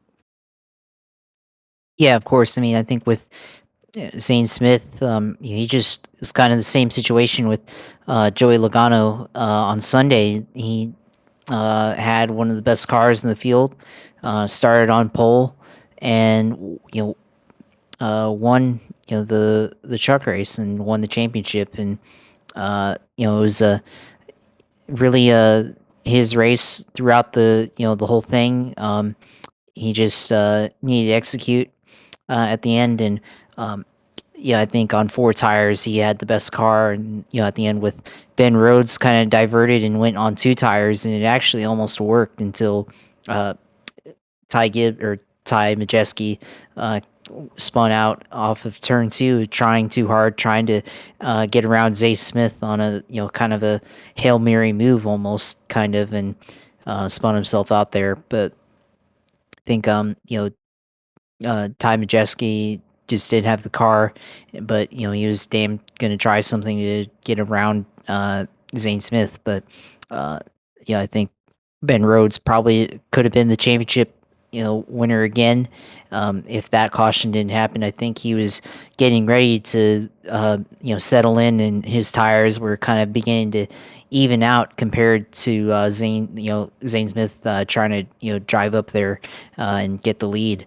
And I think just a matter of misfortune for Ben Rhodes and Zane Smith, or versus Zane Smith, who had good fortune with that caution, gives him another chance to go up there and take the lead, which he did. And from there it was his race. Going back to the caution in this race with Haley Deegan, getting in the wall pretty hard. It looked like Zane Smith was probably going to drive away from this, and might have if that caution hadn't happened. And Chandler Smith just didn't have he led 9 laps compared to Zane Smith leading 77. Just didn't have quite the pace that he needed to be able to get up into the lead and race Zane Smith. Maybe there was a chance on the final set of restarts, but Chandler Smith just didn't have the pace that he needed to go out and win this championship. But Zane Smith, been one of the best drivers in the Truck Series this season, if not the best. And now he's a truck champion. Now Bob Jenkins owns the championship after years of kind of being a starting park, in NASCAR, and had a little bit of success in Cup. But of course, here in this effort, this is truly a championship winning team now in the Truck Series, and at least the trucks, you can count on them to be able to contend as long as they have a good driver. So we'll see what their future looks like for them. Also Zane Smith, you said he's for his future, and I do wonder where Zane Smith is going to be in 2023. Is he still going to compete in the trucks, or did he end up going into Yeah, the he's going to be Xfinity? full time in the Truck Series. They've already announced it. So what the deal is, they're going to run full time to defend their championship, but he's going Right. to run Xfinity programs somewhere. They haven't said anything, which considering where Ford's stuff is, Yeah, and and that's he's the going to run question. limited cup. They're going to run limited cup races, at least 5 cup races, including an attempt at the Daytona 500. Right, right, and that's really the question is not necessarily the immediate future of, okay, yes, he's going to be in the Truck Series next year, but then also, okay, well, where's the future of his career going into the Xfinity Series, and where is he going to be? Does he switch from? I mean, Ford would be stupid to let him go or let him leave, uh, and go to another manufacturer. But if the situation comes up and he feels like there's a better future at another team or another manufacturer, like say Junior Motorsports or even a Toyota team, does he make that move and go up into the Cup, or does he stay with Ford, potentially Stuart Haas, or I think that's where he's yeah, going. That's what I was going to say yeah. before. I like, honestly, between you and me and whoever the heck listens to this deal, I think he's the favorite to drive the 4 car in 2024. Yeah, That's that's the truth. reasonable. That's a thought bomb that nobody wants to think about. I think Ryan Preece is a part of their future at Stewart Haas, but he's not going to be in the 4 car. Maybe in the 10 He's going to be probably. in the 10, and then the 4 car will be Zane Smith. And if Stewart and Haas decide to separate, then they will decide on, the 4 and the 14 are going to be, I would assume, be Tony's, or they would say the 4 goes to Gene, and then the 14 and the 10 go to Tony, and then the 4 and the 41 go to Gene. The reality is, if Ford is serious, it's either he's going to a big team, meaning he's going to Stewart Haas, He's either going to the woods and driving the 21 car, or he's going to drive for Brad at RFK, because one of them is going to buy a charter, or they're going to keep him within that system. Or the other thing, which is also very likely, they tell Michael McDowell to eat it, and he drives a 34 car, and it's him and Todd Gilliland, which probably isn't that bad of a decision either. Yep. I didn't think that we're stopped. Yeah, I thought you were going to have more there. No, I So, don't really have anything else, but yeah, I mean, but we'll see where he goes in the future, I guess. so, I mean, I guess the other discussion is JHN. Rhodes is going to stay in trucks. He's not leaving. We've kind of came to the conclusion he's never leaving the truck series. Chandler Smith's going to Colleague and probably going to be the replacement for AJ Allmendinger in the Cup Series eventually. Loss from Toyota there. But I think John Hunter Nemechek, Corey Himes in the Toyota program for sure, along with Tanner Gray. They swiped him from Ford.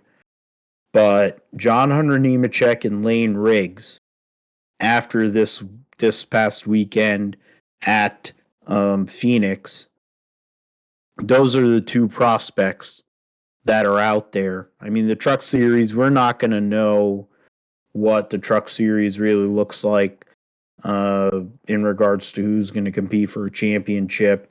We're going to get into a little bit with Kyle Busch Motorsports, but in regards to John Hunter Nemechek, he was the next guy for 2311. Is he going to Xfinity? Is he going for Sam Hunt? Is he going to go to Joe Gibbs? Do they have the funding to run him in the Xfinity program?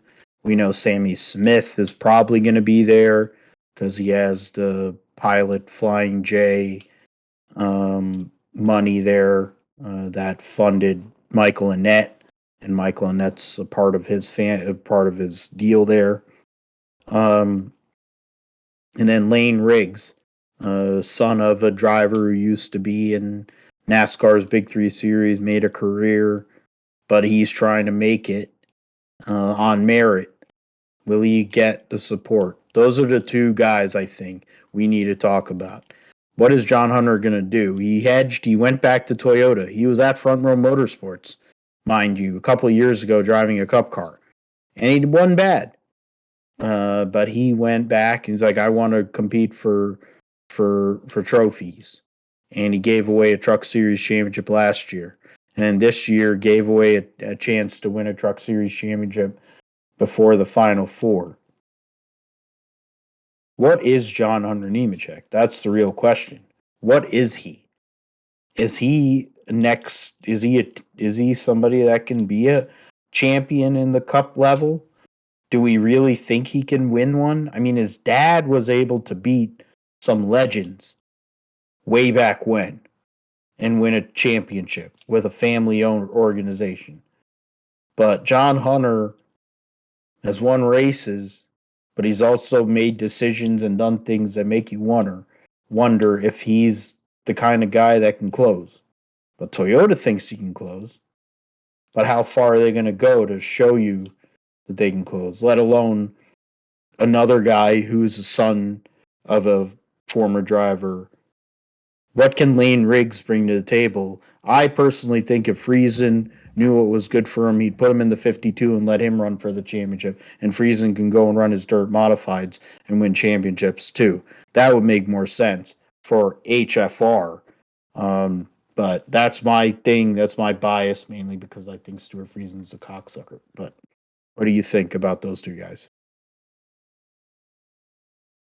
Yeah, first of all, John Hunter Nemechek, what's the future for him? And, could he be in a Gibbs car next year in Xfinity? He's proved himself, I think I don't see him, being in the Truck Series anymore, because I think any more seasons where he's running for a Truck Series championship is probably, wasted years, wasting his talent. But, in Xfinity, Could they put him in a car in Joe Gibbs Racing, or is he farmed out to the satellite, or at least another Toyota team with Sam Hunt, at least for the near future?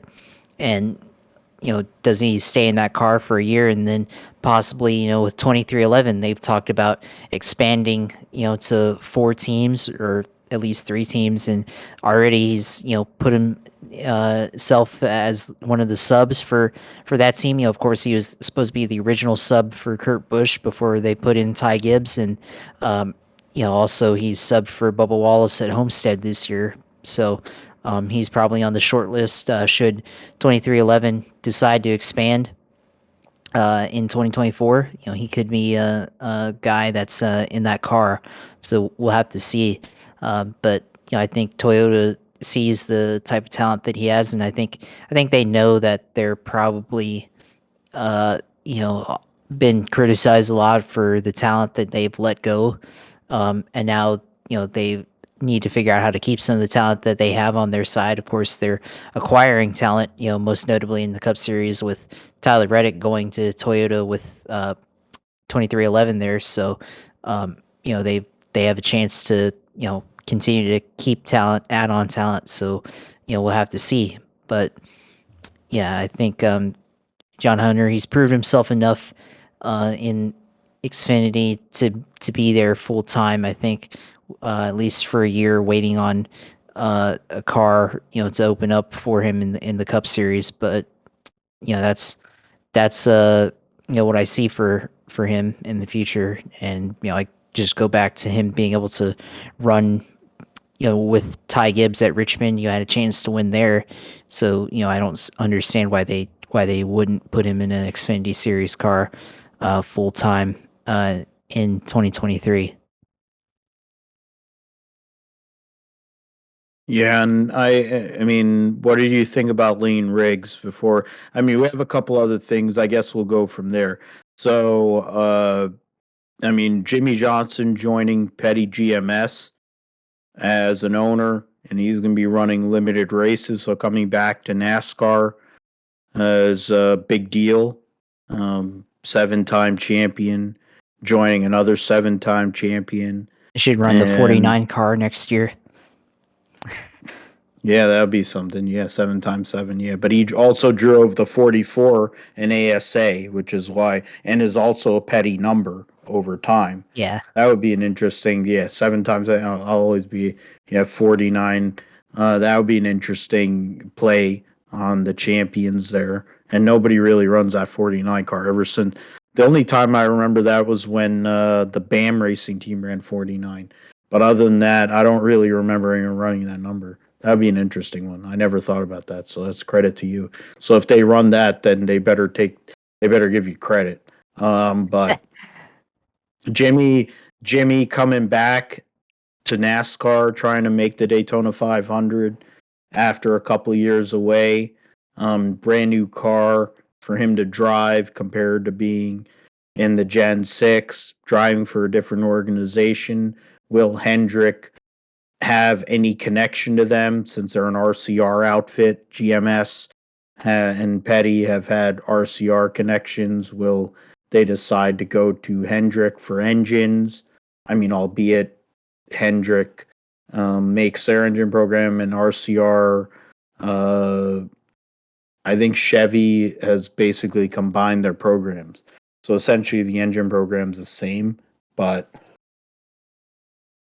in regards to building cars, the Project 91 deal, I saw that on Twitter where Justin Marks was saying, oh, it's Kimi's car. But I think in regards to what they want to do with it and what everybody's saying, and nobody really knows for sure, we figure Aurelio is going to drive that car at Daytona for the 500, which is something considering he's never driven a stock car before, other than probably the Brazilian stock car series, which is on road courses. How that would all work out. And, but, I think Kimi Räikkönen, we haven't heard anything from him since he ran at Watkins Glen. So the notion that it's his car. I guess we'll find out at COTA in March when they run there if it's his car for sure or not. At a track where he has won in a Formula One car, and they put on an interesting race there last year or this year in the Cup Series car in the dry with the Gen 7.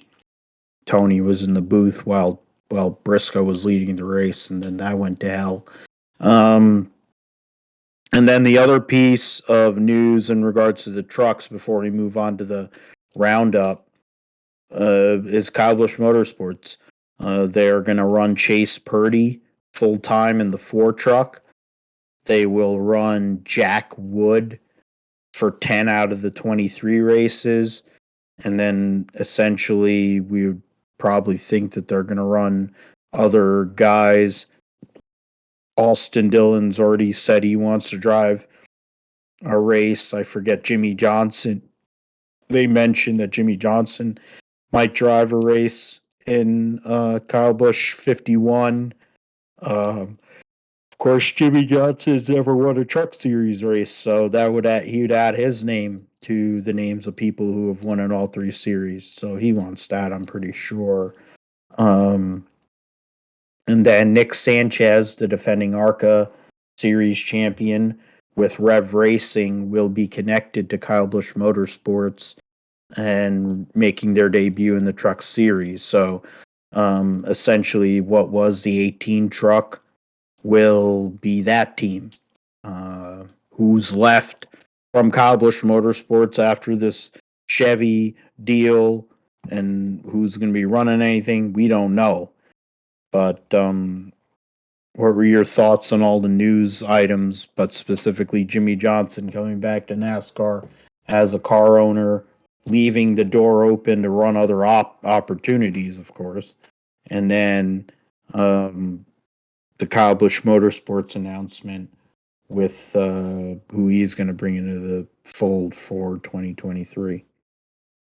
Yeah, obviously, I think the big news, well, of course, is Jimmie Johnson becoming an owner, part owner in Petty GMS, and yeah, I mean that. I don't think anybody saw that one coming. That was out of left field.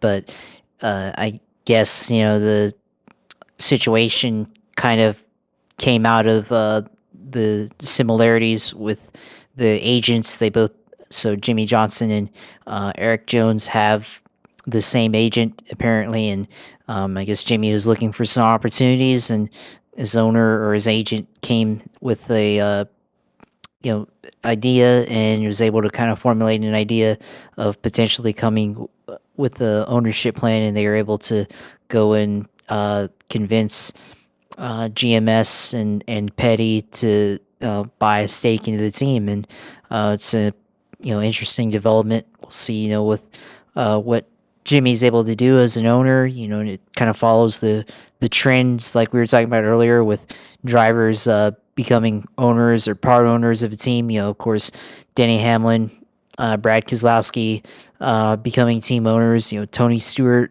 of course, was already a team owner from a long time ago, but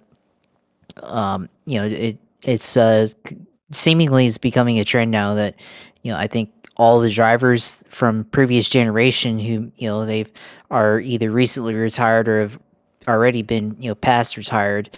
I think they see the state I think that NASCAR is in right now, and with there's owners, of course, who are getting older and aging out, I guess, and on the other hand, you have opportunity to potentially make money with we talked about it earlier with this next gen car and the costs and everything. There's an opportunity there, so I think the drivers see ownership, whether it's current owner drivers like Hamlin and Keselowski, or like Stewart or Johnson, being retired and being owners. Maybe this is the way of them being stewards of the sport and being able to lead the sport in a direction, in a healthy direction. We'll see if that comes out. But on the other hand, he's also gonna do a part-time driving schedule, which is gonna be interesting. Of course, he says he's gonna attempt the Daytona 500, which did not think he would actually attempt a restrictor plate race ever again. But I mean, I don't see him as kind of a restrictor plate guy. But he's had success in the Daytona 500 before. Two-time Daytona 500 winner. Yep, and he swept Daytona as well in 2013. He's also been a winner in Talladega on a couple of occasions, and he's definitely somebody that could win again. And if he wins again, like, what does he do? Does he just like decide, okay, we're going full time, like kind of like Helio Castroneves, like we thought he was done in IndyCar outside of the Indianapolis 500 in the month of May, but then he goes and wins the 500 in 2021 and says, okay, And I'm the coming next back. year he becomes, I'm coming back. He's still fine if he decides, oh yeah, at age 47, and if they have a charter, Yeah. it makes sense. Yeah, so we'll see if that happens, which should be really interesting because like we all thought, I guess maybe be a proper retirement tour for him because we saw 2020, of course, was supposed to be his original retirement tour, and then COVID happened, and he didn't really have the send off, I guess, at every race that most of the drivers who have retired in the last couple of years have gotten. Um, except for the final race at Phoenix, I think, and then now he's going to have a chance to potentially run multiple races part time. We'll see how it goes, and we'll see what kind of uh, muscle, I guess, he has left in him as a racer. Besides the Daytona 500, because I don't think that's going to really take like a whole lot of driving talent per se. It's going to take a lot of mental talent and patience to be able to stay up there and potentially win that one. But as far as other races that he may attempt, we're going to see how he handles this next gen car. Does he have some kind of advantage because he was in an Indy car? The open wheel, the similarities between this open wheel car and the NASCAR car are not all that different now. And of course, we've seen guys like Marco, well, not Marco because he raced in Xfinity, but Connor Daly, and then other guys that have raced in F1 like Kimmy and Daniel Kvyat. All of those guys coming from open wheel cars to NASCAR. Now Jimmie potentially running in this car after having 2 years of open wheel experience, could actually give him a little bit of an advantage as far as the learning curve to learning this next gen car. So that's going to be interesting to see. So we'll see on that front how it goes. And of course, sponsorship. Does Carvana decide to come to the Cup Series? He still has that deal with Ally, but they're also sponsoring full time for Alex Bowman. So wonder how that's going to work out, or if it's going to be more of a personal deal for him there. And then also, on other fronts that you talked about with Project 91, yeah, I think we have to assume Elio is going to be in the 500 for Daytona, and then we'll see where Kimi Räikkönen decides to attempt his next race. Does he decide to go to an oval or something like that? Of course, he was already kind of hurt after his crash back in August. I think he was wearing a wrist splint or something on his left or right hand. And maybe there's an injury there, so we'll have to see how he weighs out his options for that. And where does he decide to race, and if he goes to an oval, or if he goes to another road course on the schedule, we'll have to see. There's a street race in Chicago next year, maybe with F1 has had street races. Of course, Monaco's the most famous street race. Does he decide to attempt Chicago or something like that? We'll have to see. And then KBM, they're basically downsizing next year. Chase Purdy full-time, Jack Wood part-time with Kyle Busch. And then I guess they're gonna support Rev Racing to run Nick Sanchez. It's gonna be interesting to see. Of course, they are downsizing as a team, but it's, I guess, if they're supporting another team, it's not really downsizing because they're now just concentrating their efforts to help another team. Rather than run 2 full-time teams and a part-time team. So it's going to be interesting. And, we talked about it in the lead up to the show. Both of these drivers, Purdy and Wood, aren't very good So I think potentially be a rebuilding year for Kyle Busch Motorsports after transitioning to Chevrolet. I think it's going to be an interesting transition, and we'll have to see, how these drivers fare out and how much mentorship is Kyle Busch going to, need to have in this team. And, of course, the whole reason why he's still running this team because he could have just left and folded up shop, but, he's got 50 employees, 55 employees, and, wanted to keep them going. So it's just as much for his employees as it is for him to keep racing. And of course, probably, keep them employed and everything, and eventually that's probably going to be his son's path into NASCAR and into the Cup Series is probably through Kyle Busch Motorsports. So got to keep it around running for him. So we'll see how this team is in 2023. Compared to last year, what's the fall off going to be? Just from a speed wise, not a talent perspective and how they race, but just like in qualifying practice, what's their speed going to be like compared to how they were last year and in previous years where they're used to being in the top half of the charts and the top 5 of the charts every week? Are they going to have speed fall off and be closer to the bottom of the top 10 or even outside the top 10 when it comes to practice and qualifying times? We'll have to see, but it should be interesting, especially with two drivers that are largely unproven here in the truck series. Definitely, and two guys that are known for destroying equipment too, especially Jack Wood, who's pretty terrible. And he's the anchor guy on the 51 car or 51 truck, so that speaks to the fact that they need funding. And even though, for as much as they need funding, that's it tells you how bad Kyle Busch Motor. He went from having two guys that were competing for a championship to two guys that are going to destroy a lot of equipment. So that's something we're going to see for sure. I mean, Jimmie coming back is huge. He's going to run the Project 56 deal. I mean, it's basically out there.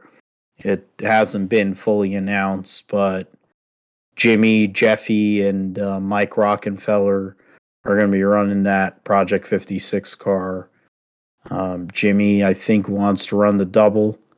So I figure Ganassi will give him a car to try to do that at Indy. And then he'll try to qualify for the 500 and then try to make the 600. It'll be easier to make the 600. It'll make the 500, to be fair. So that'll be interesting. He said he's got off-road opportunities, which would be huge considering that's where he came from. There's other things he's got going on, so we'll see what happens with Jimmie Johnson. Hopefully, we can. His investment in Petty GMS speaks to him wanting to stay stateside. Some of the stuff he said after the IndyCar season made it seem like he was going to move to Europe, but I guess after the discussion with all of his ladies in his life, he's going to stay here. I say ladies in his life, meaning his wife and 2 daughters, along with probably mom. Told him to stay over here. And he's like, well, I got shit tons of money. I'm going to go invest in a Cup team. And that's what he did. So it's cool to see Jimmie Johnson investing in the Cup Series and investing as an owner. And not only that, but possibly being able to put some more, put another great person in the sport as an owner. So we'll see what happens with that. KBM. I'm just rooting for Nick Sanchez. I'm just glad he's going to have an opportunity to run for a title, and I think he's an underground favorite for a Truck Series title. I mean, Zane Smith and then the Thor Sport people, they're all going to be there, but after that, who's there? Nick Sanchez is a favorite, honestly. And I kind of want to look at his odds right now and put some money on him because I think he has a good chance. Running with Kyle Busch, RCR, all the support they're going to have there to possibly go and win a championship. All right, so let's get into the roundup. Pecco Bagnaia wins the MotoGP World Championship at Valencia, becomes the first Ducati rider to win a world championship since Casey Stoner. Had issues at the start of the race with Fabio Quartararo. There was they lost one of the winglets off of his bike early in the race, so that was part of what affected him. He kind of just laid back during the whole entire race. He only had to finish 14th to lock up the championship, so it didn't really matter. Alex Rins in the last race for Suzuki in MotoGP for this time, maybe ever, wins by just under 4/10 over Brad Binder on the KTM, who had a great ride. Jorge Martin finished third after starting on pole. Fabio Quartararo, and trying to defend his world championship, finished fourth. The top four were within 2 seconds. Miguel Oliveira finished fifth for KTM in his last ride on the factory bike. He's going to be going back. He'll be dropping down to the satellite outfit. Joan Mir, former world champion, finished sixth. Luca Marini and Enea Bastianini finishes third in the world championship, ahead of his future teammate, Pecco Bagnaia, the world champion, and Pecco's good friend and former runner-up in the world championship, Franco Morbidelli, who finished 10th, one of his better runs of the year. So Yamaha has a lot of work to do going into 2023. A lot of work to do to keep Fabio Quartararo from going to Honda or wherever, Ducati, because they got all these bikes. So see what happens with that. But Alex Rins gets the win for Suzuki. Pecco Bagnaia wins the championship by 17 points. Biggest comeback ever in the history of MotoGP. 91 points behind at one point, and came back to win. He won 5 Grand Prix, finished second once and third twice in the span of, 5, 6, 7, 8, 9 races to make that comeback after Sachsen Ring, and huge result there to go and win by 17 points. Most DNFs by a world champion as well. So 5 DNFs, goes and gets that. First since Casey Stoner for Ducati, first Italian to win the world championship since one Valentino Rossi, the GOAT. So he's the first world champion for the VR46 Academy in the MotoGP World Championship. They've won Moto2 and Moto3 championships. So Valentino Rossi proving once again he is cultivating talent, cultivating the future of motorcycle racing. There. In the team's title, of course, Ducati wins, constructors as well. Alicia Spargo had an engine problem early in the race and lost out on a what should have been a third place finish for him. Jack Miller fell off his bike trying to go for third in the world championship in his last race for Ducati. Binder finishes a point behind his soon-to-be teammate. Alex Rins, Johan Zarco, Jorge Martin, and Miguel Oliveira round out the top 10. In Moto 2, the results of the race at Valencia, Pedro Acosta gets the victory, but Augusto Fernandez wins the Moto 2 World Championship before he moves up to a race for Gas in the KTM second team. He will be the world champion moving up. Tony Arbolino was third. Fermin Aldeguer, Albert Arenas makes up your top 5. There was an accident early in the race for Cameron Bobier, Alonso Lopez, Celestino Vietti,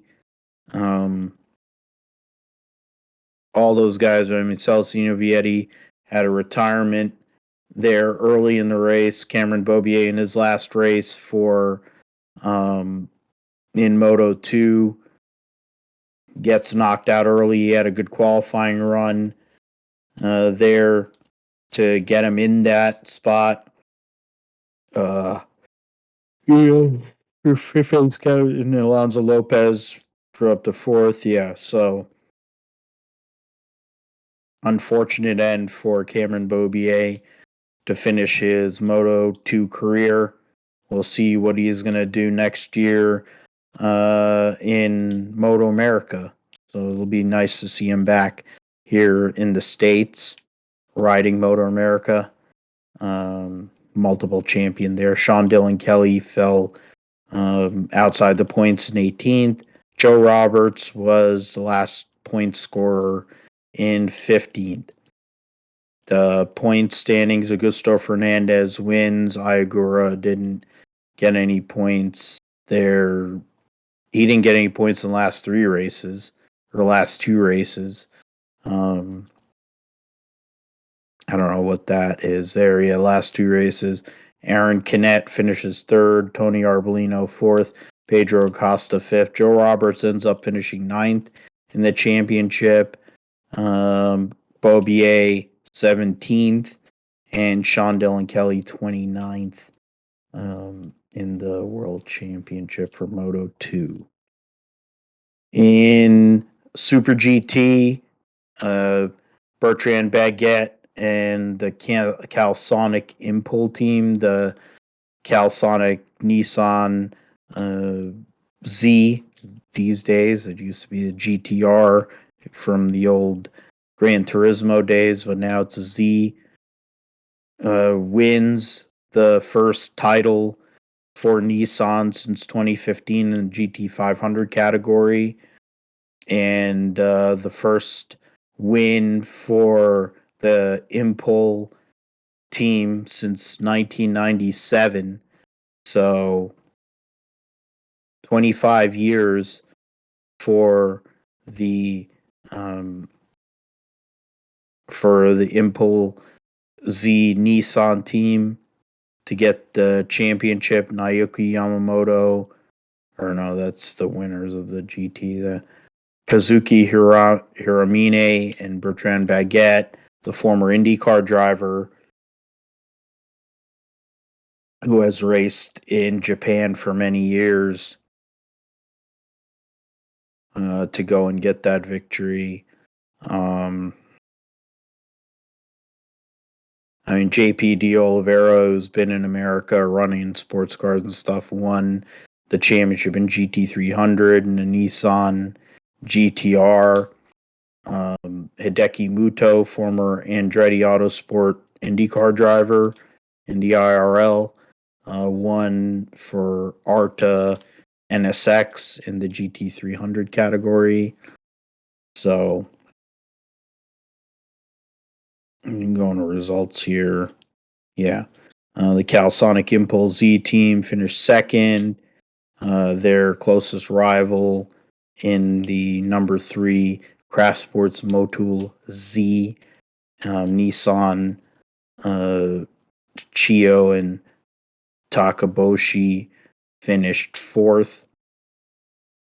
So and then the Motul Autech Z23 car with Matsuda and Quintarelli, the historic factory Nissan Z car, finished 13th in class.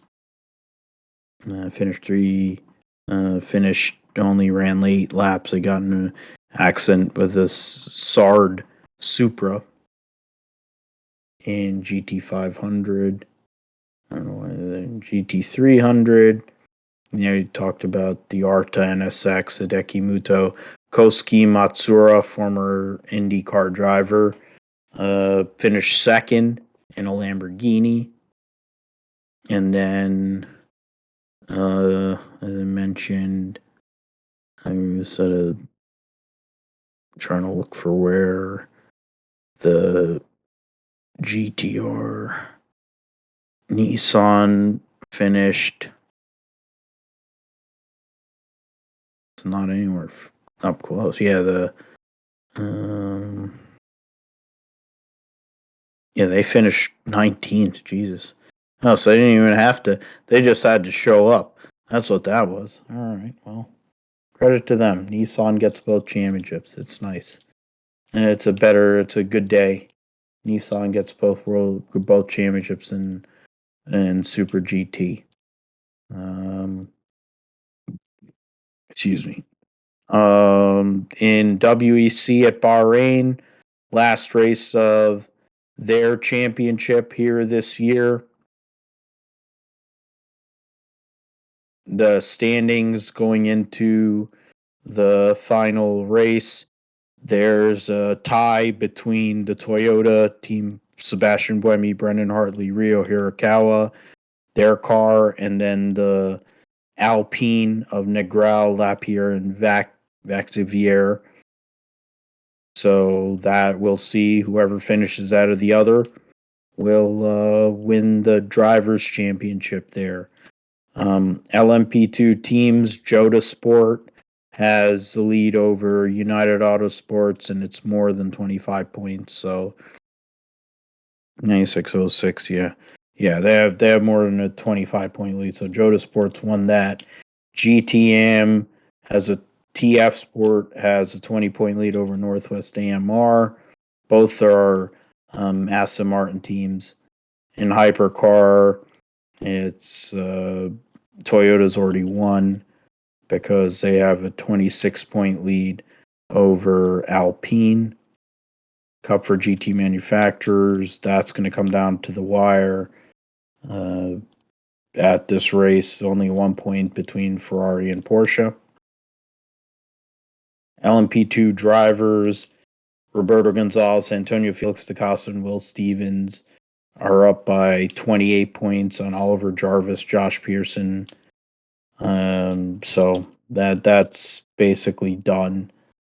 GTM drivers, Ben Keating and Marco Sorensen, the teammates, are up by 20 points on Paul Dallana and David Pittard and Nicky Thiem.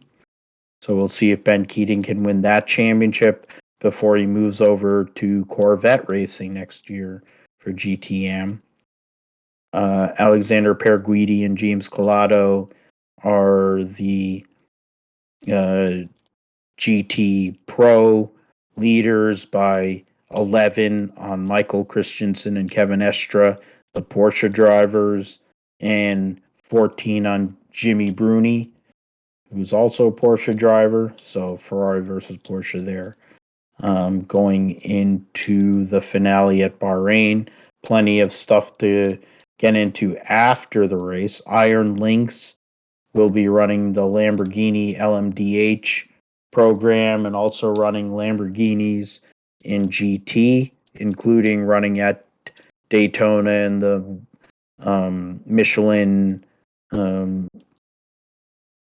Endurance Championship, or whatever the hell they call it, the Michelin Cup or whatever for all the endurance races. That also includes the Iron Dames ladies, the ladies team that has stood out here this year. They won at the 24 Hours of Spa, so that'll be cool to see. Hopefully, they'll be running a ladies, or at least run ladies here in America. They have a great program there. We'll be looking forward to seeing Lamborghini here, but that's more in 2024. Not as much in 2023. In World Superbikes, 2 races to go in their championship.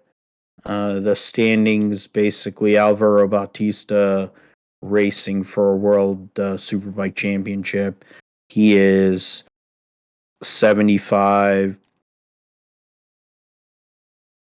82 points ahead of Toprak Raskatlioglu, defending world champion. He's got a 98-point lead on Johnny Ray. So it could be locked up this weekend at Indonesia. But they have this race and then also at Phillip Island the following week to go and decide that championship. We'll talk about it here on the GSP. And, of course, Garrett Gerloff will be running for BMW next year in World Superbike. No other Americans as of now that we can see that will be in World Superbike. So we'll see what Garrett Gerloff can do. A lot of changes coming to World Superbikes for riders next year. In WRC, the championship's already over in the World Rally Championship, but they have one race to go. Tanek is leaving Hyundai, the former world champion. We have Esa-Pekka Lappi, who's going to be taking over his ride. And then in future roadmap, I don't know, 70% complete. Okay, whatever. So the standings right now going into this race, I think the top 2 are already set. What is it? He has a 29-point lead. So yeah, Cali Rovanpera is the world champion. Tanek right now is in second, Thierry Neuville third, Elfrin Evans fourth, and Takamoto Katsuda is fifth. Craig Breen and the best Ford is sixth, running the full time. But then you have Sebastian Ogier, former multi-time world champion, is eighth, and he's only run like 3 races. It tells you how the World Rally Championship is. It's the first time I think they've had Rally Japan as their closer, but interesting to see what comes to the fore here. It's 17 points between Evans and Katsuda, the teammates. I doubt that unless Katsuda goes out of his mind, that he'll be able to beat Evans there in Rally Japan. But we will tell you if that does happen. Ogier, who has only run 5 races, and he won the last race at Rally Spain to get to sixth in the championship. He is 6 points ahead of Craig Breen. Sordo, Lappi, Greensmith round out the top 10. Sebastian Loeb, who has only run 4 races this year, won at Rally Monte Carlo, finished 8th in, I don't even know what that is. And then had 2 retirements in 4 races, is 11th. So we'll see what happens. We'll talk about it next week on the GSP for episode 144. Josh, I'll throw it to you. There were a lot of trades, 10 trades, more than we've seen in a while in the NFL. I think they need to move the trade. They're talking about moving the trade deadline back, which would make it a lot more interesting. But in regards to the Jaguars, they traded James Robinson to the Jets, but didn't really change. It didn't slow you guys down. You're able to go and get a big win in at home. You got to celebrate your birthday with a victory.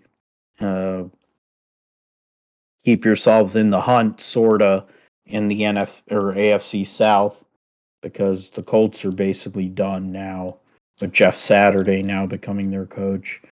Tennessee lost to Kansas City, but they're probably going to win this. Houston's out, but they have a running back.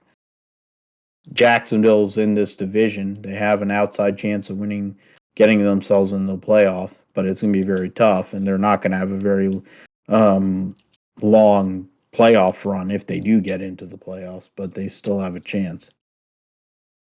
Yeah, I mean, it's going to be interesting. The last couple of weeks of the season, 9 games, I guess, 8 games of the season left. Well, first of all, the trade for Calvin Ridley. I mean, I was hoping that they would pick a wide receiver or trade for a wide receiver, and I was hoping for like a Chase Claypool or something like that. Someone who's a big target, is fast, and can pick up yards after the catch, things like that, and be a deep threat for Trevor Lawrence. Expand the field for the boundaries, but they surprised me by going for the Calvin Ridley move, and it's surprising because Ridley, I completely forgot about him. He's currently not active right now, and has been suspended for gambling on the NFL, and the NFL suspended him for a year. And of course, ironically, the game that he bet on with the Falcons was the Falcons game, betting on the Falcons against the Jaguars last season. Uh, After Thanksgiving. So that was pretty funny that now he's playing or going to be playing for the team that he bet against a season ago. So funny how it all works out. But of course, suspended right now. We'll have to apply for reinstatement, and we'll see if he can be the number one wideout, which he looked like he was before being suspended. He looked like he was a number one wide receiver, and then for the Falcons. So I think he can be that same type of player for the Jacksonville Jaguars and Trevor Lawrence there. So we'll see how it goes in 2023. But and he does look like he's going to be training as well. He's heard that he's kept up his training regimen and everything like that. So expect him to come out and be motivated to come out and play in 2023. So hopefully it works out. But on the other hand, this game on Sunday, they played the Oakland Raiders. They went down 17-0 in the first quarter, first half. But then they came back and scored a touchdown before the half, and then they got a field goal, made it 20-10. And then they scored 2 touchdowns in the third quarter, and were able to go out and take the lead from the Raiders. They had a close game. They fourth quarter, the Raiders had some opportunities, but then they just couldn't convert on fourth down at the end of the game. And then the Jaguars missed a field goal, gave the Raiders some hope, but then they couldn't convert on fourth down again. And then the Jaguars just got enough, and then they eventually made the field goal. And then the Raiders had one last gasp at trying to get the win, but then they were able to not do anything, and they turned it over on downs to end the game. So good performance by Trevor Lawrence. First half wasn't really that great. Just wasn't making enough plays, but then second half kind of turn it around, or actually into the first half really being able to drive down the field. Had a couple of running plays, and I was joking with my family. I was like, "Oh, is this Blake Bortles again?" And you know, he had some good runs there at the end of the half to get them into field goal range, and then they got the field goal, and then uh, second half of the game they were jump started by a good kick return from Jamal Agnew, and then they were able to get the touchdown there, and then Trevor Lawrence got it to Christian Kirk in the end zone, and then they had another play to later in the game to Travis Etienne, and also Trevor Lawrence was about to get sacked in the end zone, but he made a good pass to Marvin Jones. So Marvin caught the ball and was able to get the first down towards the end of the game in the fourth quarter, and that was a good play. Showed Trevor's patience and ability to stay in it and avoid the sack and get the conversion. So it was a pretty good play there. So it was a fun day and everything. I was able to enjoy with with my brother, my dad, and one of our other friends that came with us, and we were able to go out there and watch the Jaguars defeat the Raiders, and I'm glad that they won on for my birthday. Not on my birthday, but it was a couple days after it. So glad I was able to attend that and actually see them win. Of course, the last time the Jaguars were down by at least 17 points and came out and a win was 2017 or 2014 against the New York Giants, and we were down, I think, 21-0 in the first half, and then came back in the second half and defeated them 24-25. And so now the Jacksonville Jaguars have a record of 2-116 when it comes to being down at least by 17 points, and I was actually at both of those comebacks, so pretty interesting statistic there. Of course, mentioned earlier the streaker jumped off the the ledge or whatever and ran out onto the field as the Raiders are punting it, and then that stopped the play.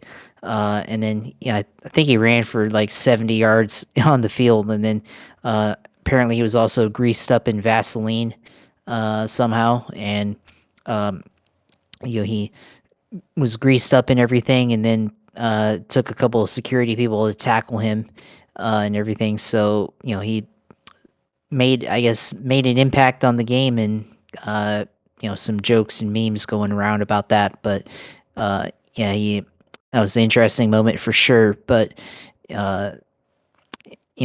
funny thing to happen, because then also the last time that I was at the Jaguars game last year in December against the Houston Texans, there was another fan that jumped out onto the field, and it was a running play, and then he jumped out on the field and said, I'm open, Trevor," and James Robinson ran it in for a touchdown. So I don't know why that keeps happening, but apparently it does. I don't know if it's a Florida man thing or not, but kind of interesting there. But the Jaguars now 2.5 games behind in the AFC South to the Titans. The Titans, of course, lost on Sunday Night Football to the Chiefs, who the Jaguars will play next Sunday in Kansas City, 1:00 game. So we'll see what kind of game the Jaguars can play against the Kansas City Chiefs. Doug Peterson, a student of Andy Reid, so maybe play style wise going to be very similar.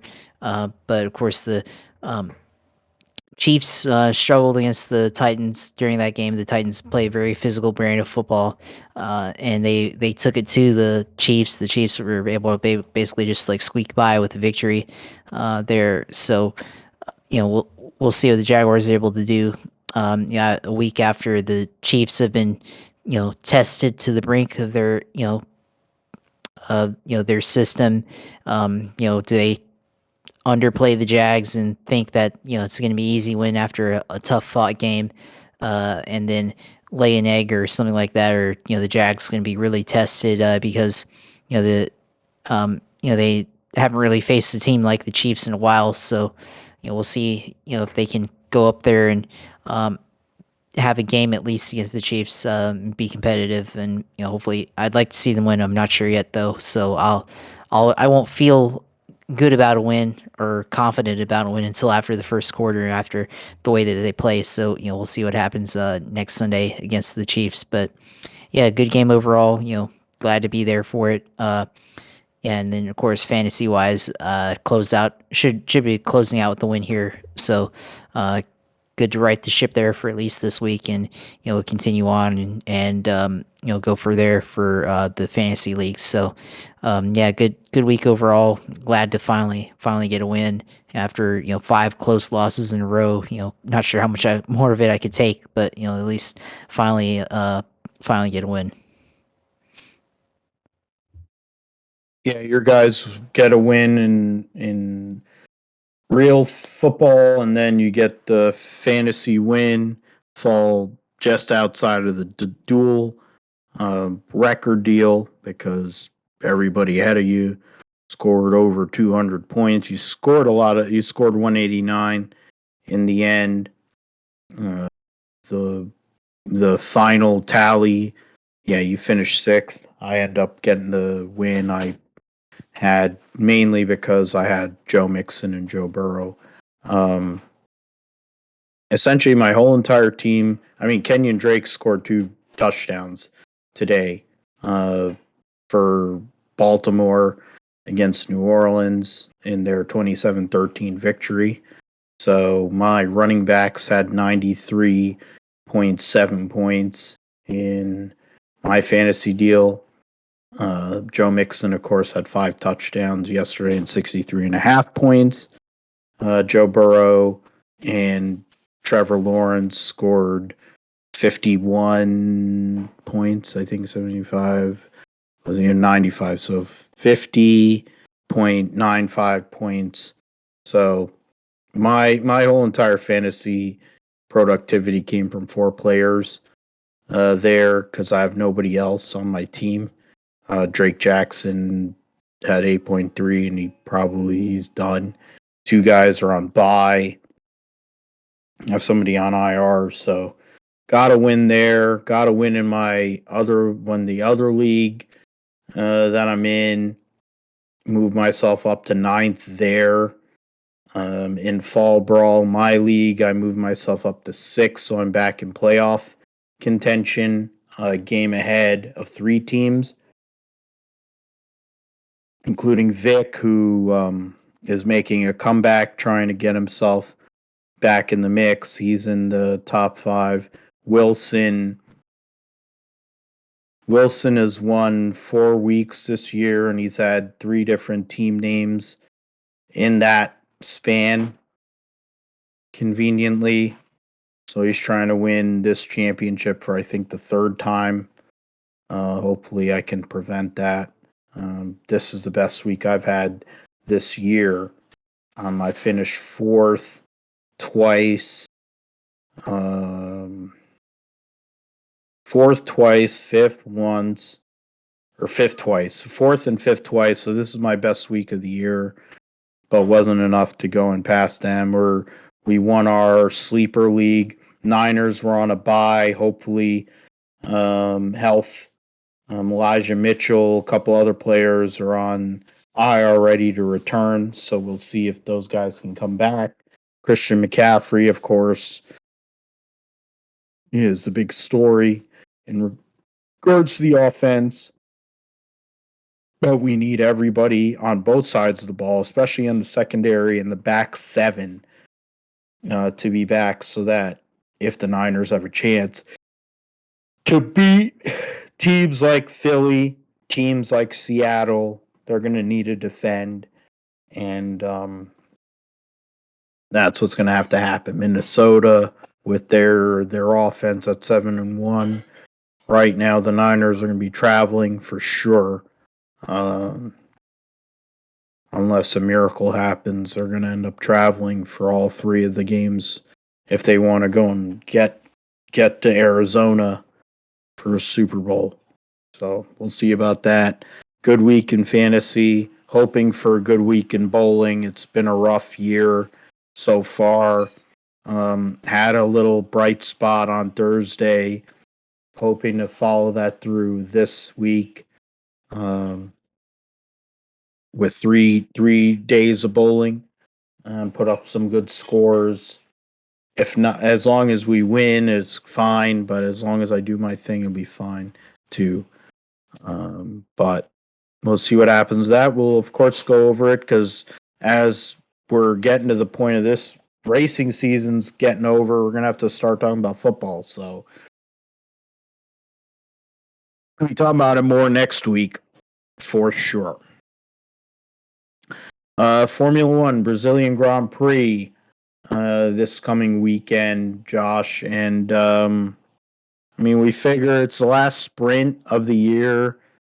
I mean it's something I'll give the now two-time Formula One world champion Max Verstappen credit. He came out and said, "I don't know why we're running so many sprint races." I agree with that. I mean, there really shouldn't be this many sprints because they don't have enough engine power units to run sprints, let alone the fact that sprints don't really do anything to the race itself.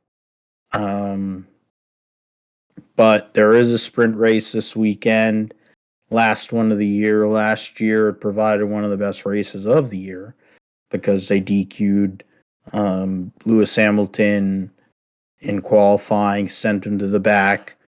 He moved all the way up to 10th in the sprint and then won the Brazilian Grand Prix on one of his better performances of his illustrious career. Right now, I think that's the last win. Right now, that's the last race he's won. In the process, I mean, Max Verstappen tried to run him off the track, but Lewis won. Or no, he won. He won Saudi. So yeah, last time he's won a race was the first Saudi Grand Prix when Max Verstappen tried to brake test him and send him into the sky. But more than likely, I mean, I think I know where you're going. I know where I'm going for a win here. But the better question is, what do you see behind Max Verstappen? Do we see Sergio Perez continuing his pull to get to second in world championship? Do we see Ferrari actually show up? Or will Mercedes put up a fight here this weekend at Brazil?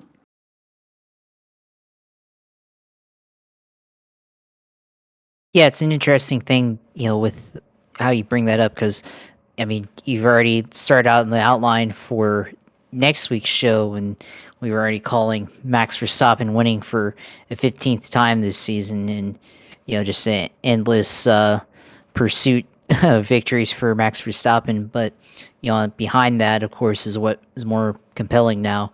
With Lewis Hamilton, he's been doing pretty well as of late, and then as his teammate or Max Verstappen's teammate has been doing pretty well, and Sergio Perez last couple of races finishing on the podium, and Lewis finishing on the podium. So it's a very interesting turn of events here. Last couple of races. We have a sprint race as well, which may make the lineup a little bit more interesting. Lewis. I mean, can he close the season? With another. I mean, we still have two more races left, but can he get another podium? Before the end of the season, it's definitely possible. This is the race last year that almost spring loaded the comeback for his champion, or what should have been his championship last year. This was the where we really thought that maybe Lewis could have won, and can he come back to this track and or this circuit and go out and win, or if somehow Verstappen fails to win this race, or can he go on the podium, get a second or a third? I think they've shown a lot of pace, a lot of improvement the last couple of races. So I think Lewis definitely has that capability, and I think also Sergio Perez, last couple of races, he's done pretty well. And I think he can continue that streak and, you know, get some of that success that, Verstappen and, both of them have cars on the podium as we close out the season. But, I think we also have to bring up Ferrari. Ferrari, last couple of races, they've kind of been hit or miss. They both, well, not really, but they not on the level that Red Bull and Mercedes have been performing for sure. And Carlos Sainz finished fifth, and Charles Leclerc finished in sixth at Mexico. And the previous race in USGP, Leclerc, you know, uh, finished in third, and his teammate did not even finish the race, first lap crash. But so it's been up and down for Ferrari. And can they come to Brazil? Can they come there and race possibly for a podium? I think they definitely might have the speed for it. But again, it's been this story of their year is their strategy calls and their ability to handle themselves under pressure. They just haven't been able to convert that into wins or into podiums. So that's something to look out for. I think this weekend is how does Ferrari race? How do they perform in comparison to Mercedes and to Red Bull, of course, who has already won the constructors title and everything. So I think that's going to be interesting. Also looking at the midfield, with McLaren and Alpine. They've been. I think those two teams have been racing pretty well. As of late. Lando's finished pretty good the last couple of races. Esteban Ocon's been up there. Alonso had his stuff. He's been racing somewhat pretty well. He's always good, kind of as a wild card pick as well. Ricardo had his good run in Mexico City, so could they continue those drivers from those teams? Can they continue to perform? As we close out the year, and can they have a good run, another good result before the end of the season? So, it's gonna be interesting to watch. This midfield battle as we get to the end of the year, and sort out who's in front of who at the end of the season as far as the midfield goes. So it's going to be something that we'll look out for too. But I agree with you what you said earlier with sprint races. Definitely, I think there's an excess of that, and especially with the way things are right now with the Formula One. I mean, last year the sprint race seemed to provide entertainment value, but that was only because the championship was so close between Verstappen and Hamilton. And this year, now it's a runaway. Kind of seems pointless to have the sprint races. Especially now that the season's basically over. Yeah, it's something we're going to see on Saturday. I mean, qualifying will be on Friday afternoon, and then Saturday they'll have the sprint. But I don't think it'll make that much of a difference. Personally, I think Mercedes will get one on the podium. Figure Lewis will be on the podium. I think Ferrari will be on the podium. I don't think Sergio will get on there. I think Charles Leclerc gets a second. Lewis gets third beyond Max. And then Sergio Perez finishes fourth, which puts more pressure for the finale for second in the World Championship. That also means that more than likely Mercedes won't get second in the constructors because they would need both Ferraris to be out of the points and both Mercedes to score big points to get back into it. I figure George Russell gets another top five in that spot, and then we're kind of status quo. After that, I do think that these next two races kind of fit Alpine if they can go and finish the deal. So they'll finish ahead of McLaren. What is it? Aston Martin's on a run here. I feel like Aston Martin's going to pass the Alfa Romeo team for what is it, seventh in the constructors, and then in the battle for eighth and ninth, AlphaTauri goes and passes Haas here in the next two races. But we will see how that all works out. Speaking of Haas, the rumors are out there that Nico Hulkenberg will be taking over for was it Mick Schumacher at Haas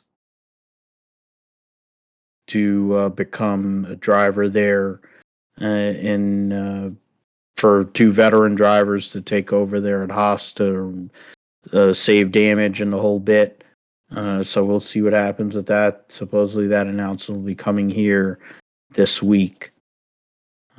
But with that, we are now time for the sim segment, Josh.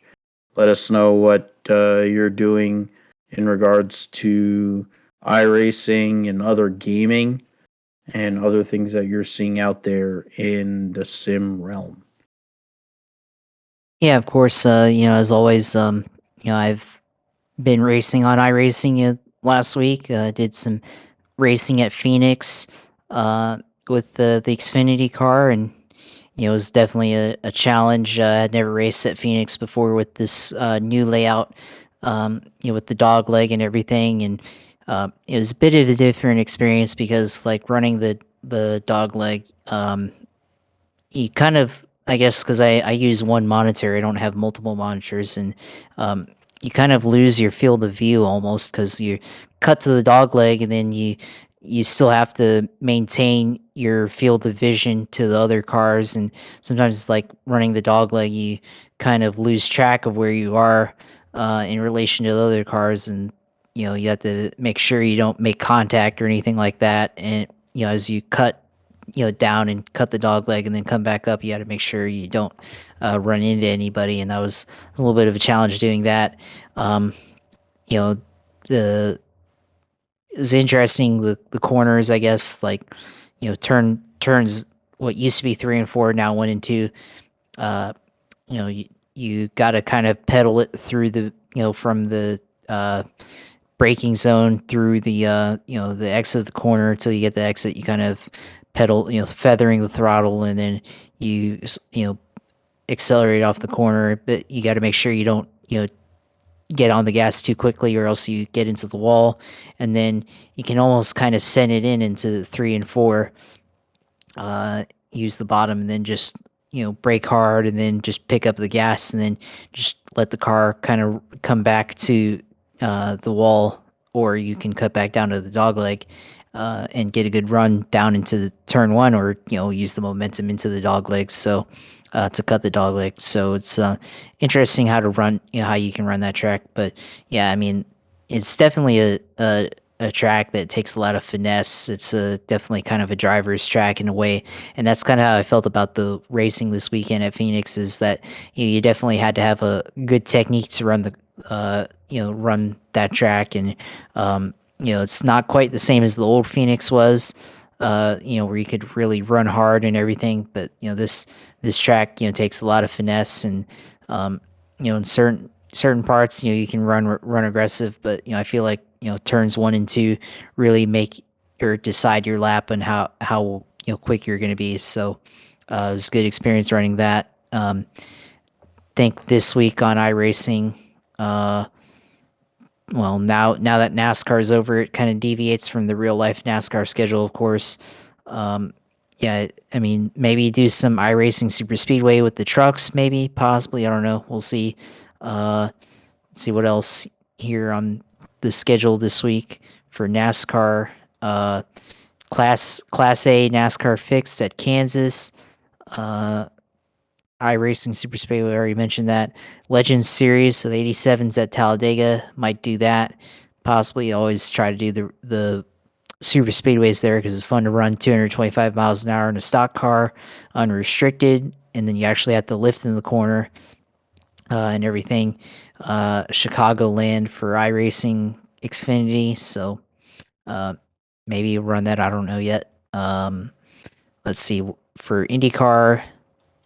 For IndyCar this week on iRacing.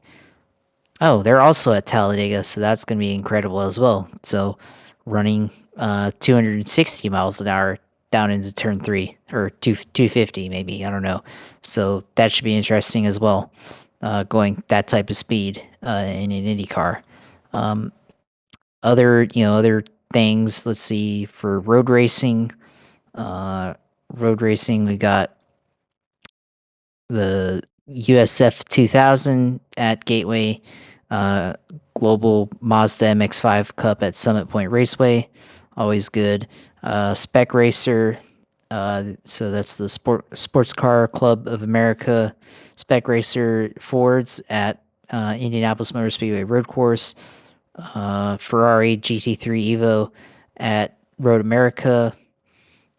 So there's gonna be a lot of choices to run, especially as the off season comes into play. You get bored, got to get that racing fix in, and you got to go run on iRacing or whatever racing game of your choice is. So, yeah, definitely probably have some time this week to run iRacing. Maybe I don't know. We might have another storm here in Florida in November. Maybe have some time to run on iRacing, but I don't know if the storm is going to be major enough to get any serious time off from that. So we'll see. But of course, try to do it on the weekend or something like that, and try to run on there. And of course, the end of the show, of course, you can follow me on Twitter at JP Huffine, and see all my things that I have to say about the Jaguars, about racing, about other things, and of course, you can follow me on Twitch and see my stuff on Twitch at Twitch TV/useller2, and go there and watch my stuff when I race. I'll tweet out the link when I'm streaming and everything, so you can watch me run on there.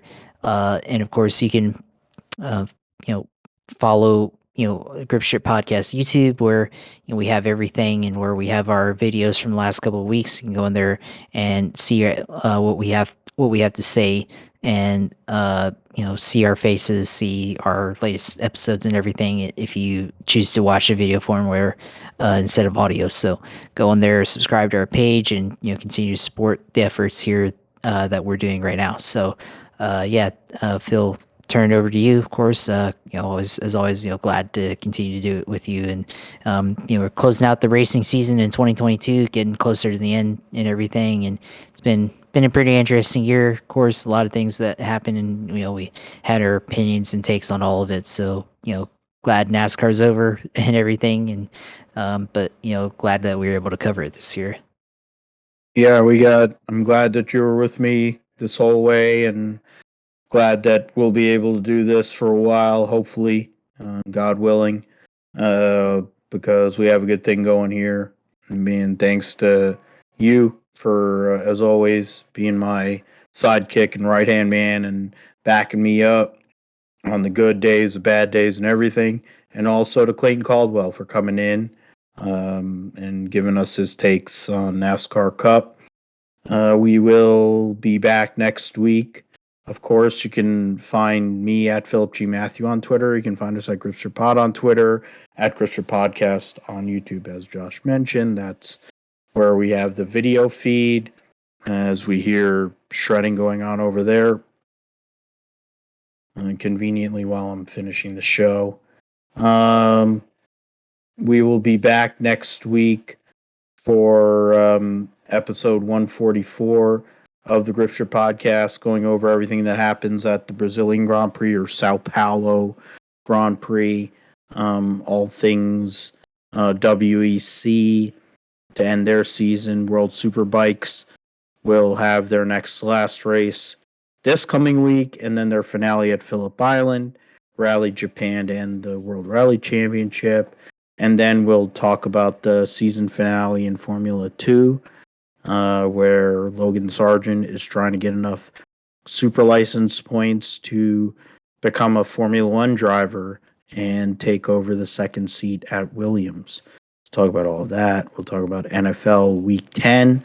Niners will be playing on Sunday night against the LA Chargers of Anaheim, Alameda, and all residing counties. We will preview the Abu Dhabi Grand Prix, which will be Sebastian Vettel's last 299 and last race of his illustrious career. And all the other news that comes from the postseason test, which will be young drivers and then the drivers that are moving along, like Fred Alonso to Aston Martin taking over for Sebastian Vettel, and all the other things that'll come on from there. Talk about that here on episode 144. Thank you for listening to Gripster Podcast. Take care. Be nice to one another. Understand we're all in this together, struggling the way life is. So be nice to one another. Take care. Listen to this show. Like, subscribe, tell people about it. We're more laid back. We're more laissez-faire, but we give you the information that you need because racing is a family sport. And that's how Josh and I were able to meet each other through a random page on Facebook, and that we were both kind of similar thinking and we're able to balance each other out in terms of how we looked at this sport, and we're together doing this thing. So it's the way life works. People, you don't have to agree on everything to be friends, and you don't have to go and look at everything the same way to be able to go and enjoy the same thing. But either way, we're doing this because it's a passion, because racing is fun.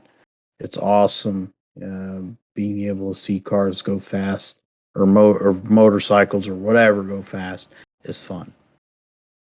So for Josh and for thanks to Clayton Caldwell again, and for Josh, I'm Phil. Thanks for listening to Gripster Podcast. We'll be back next week, episode 144. Getting closer to Thanksgiving. Gary, 3 years into this deal. We've been doing this deal, so it's something. Hopefully we can get to do more of this. For that, take care. God bless. Goodbye.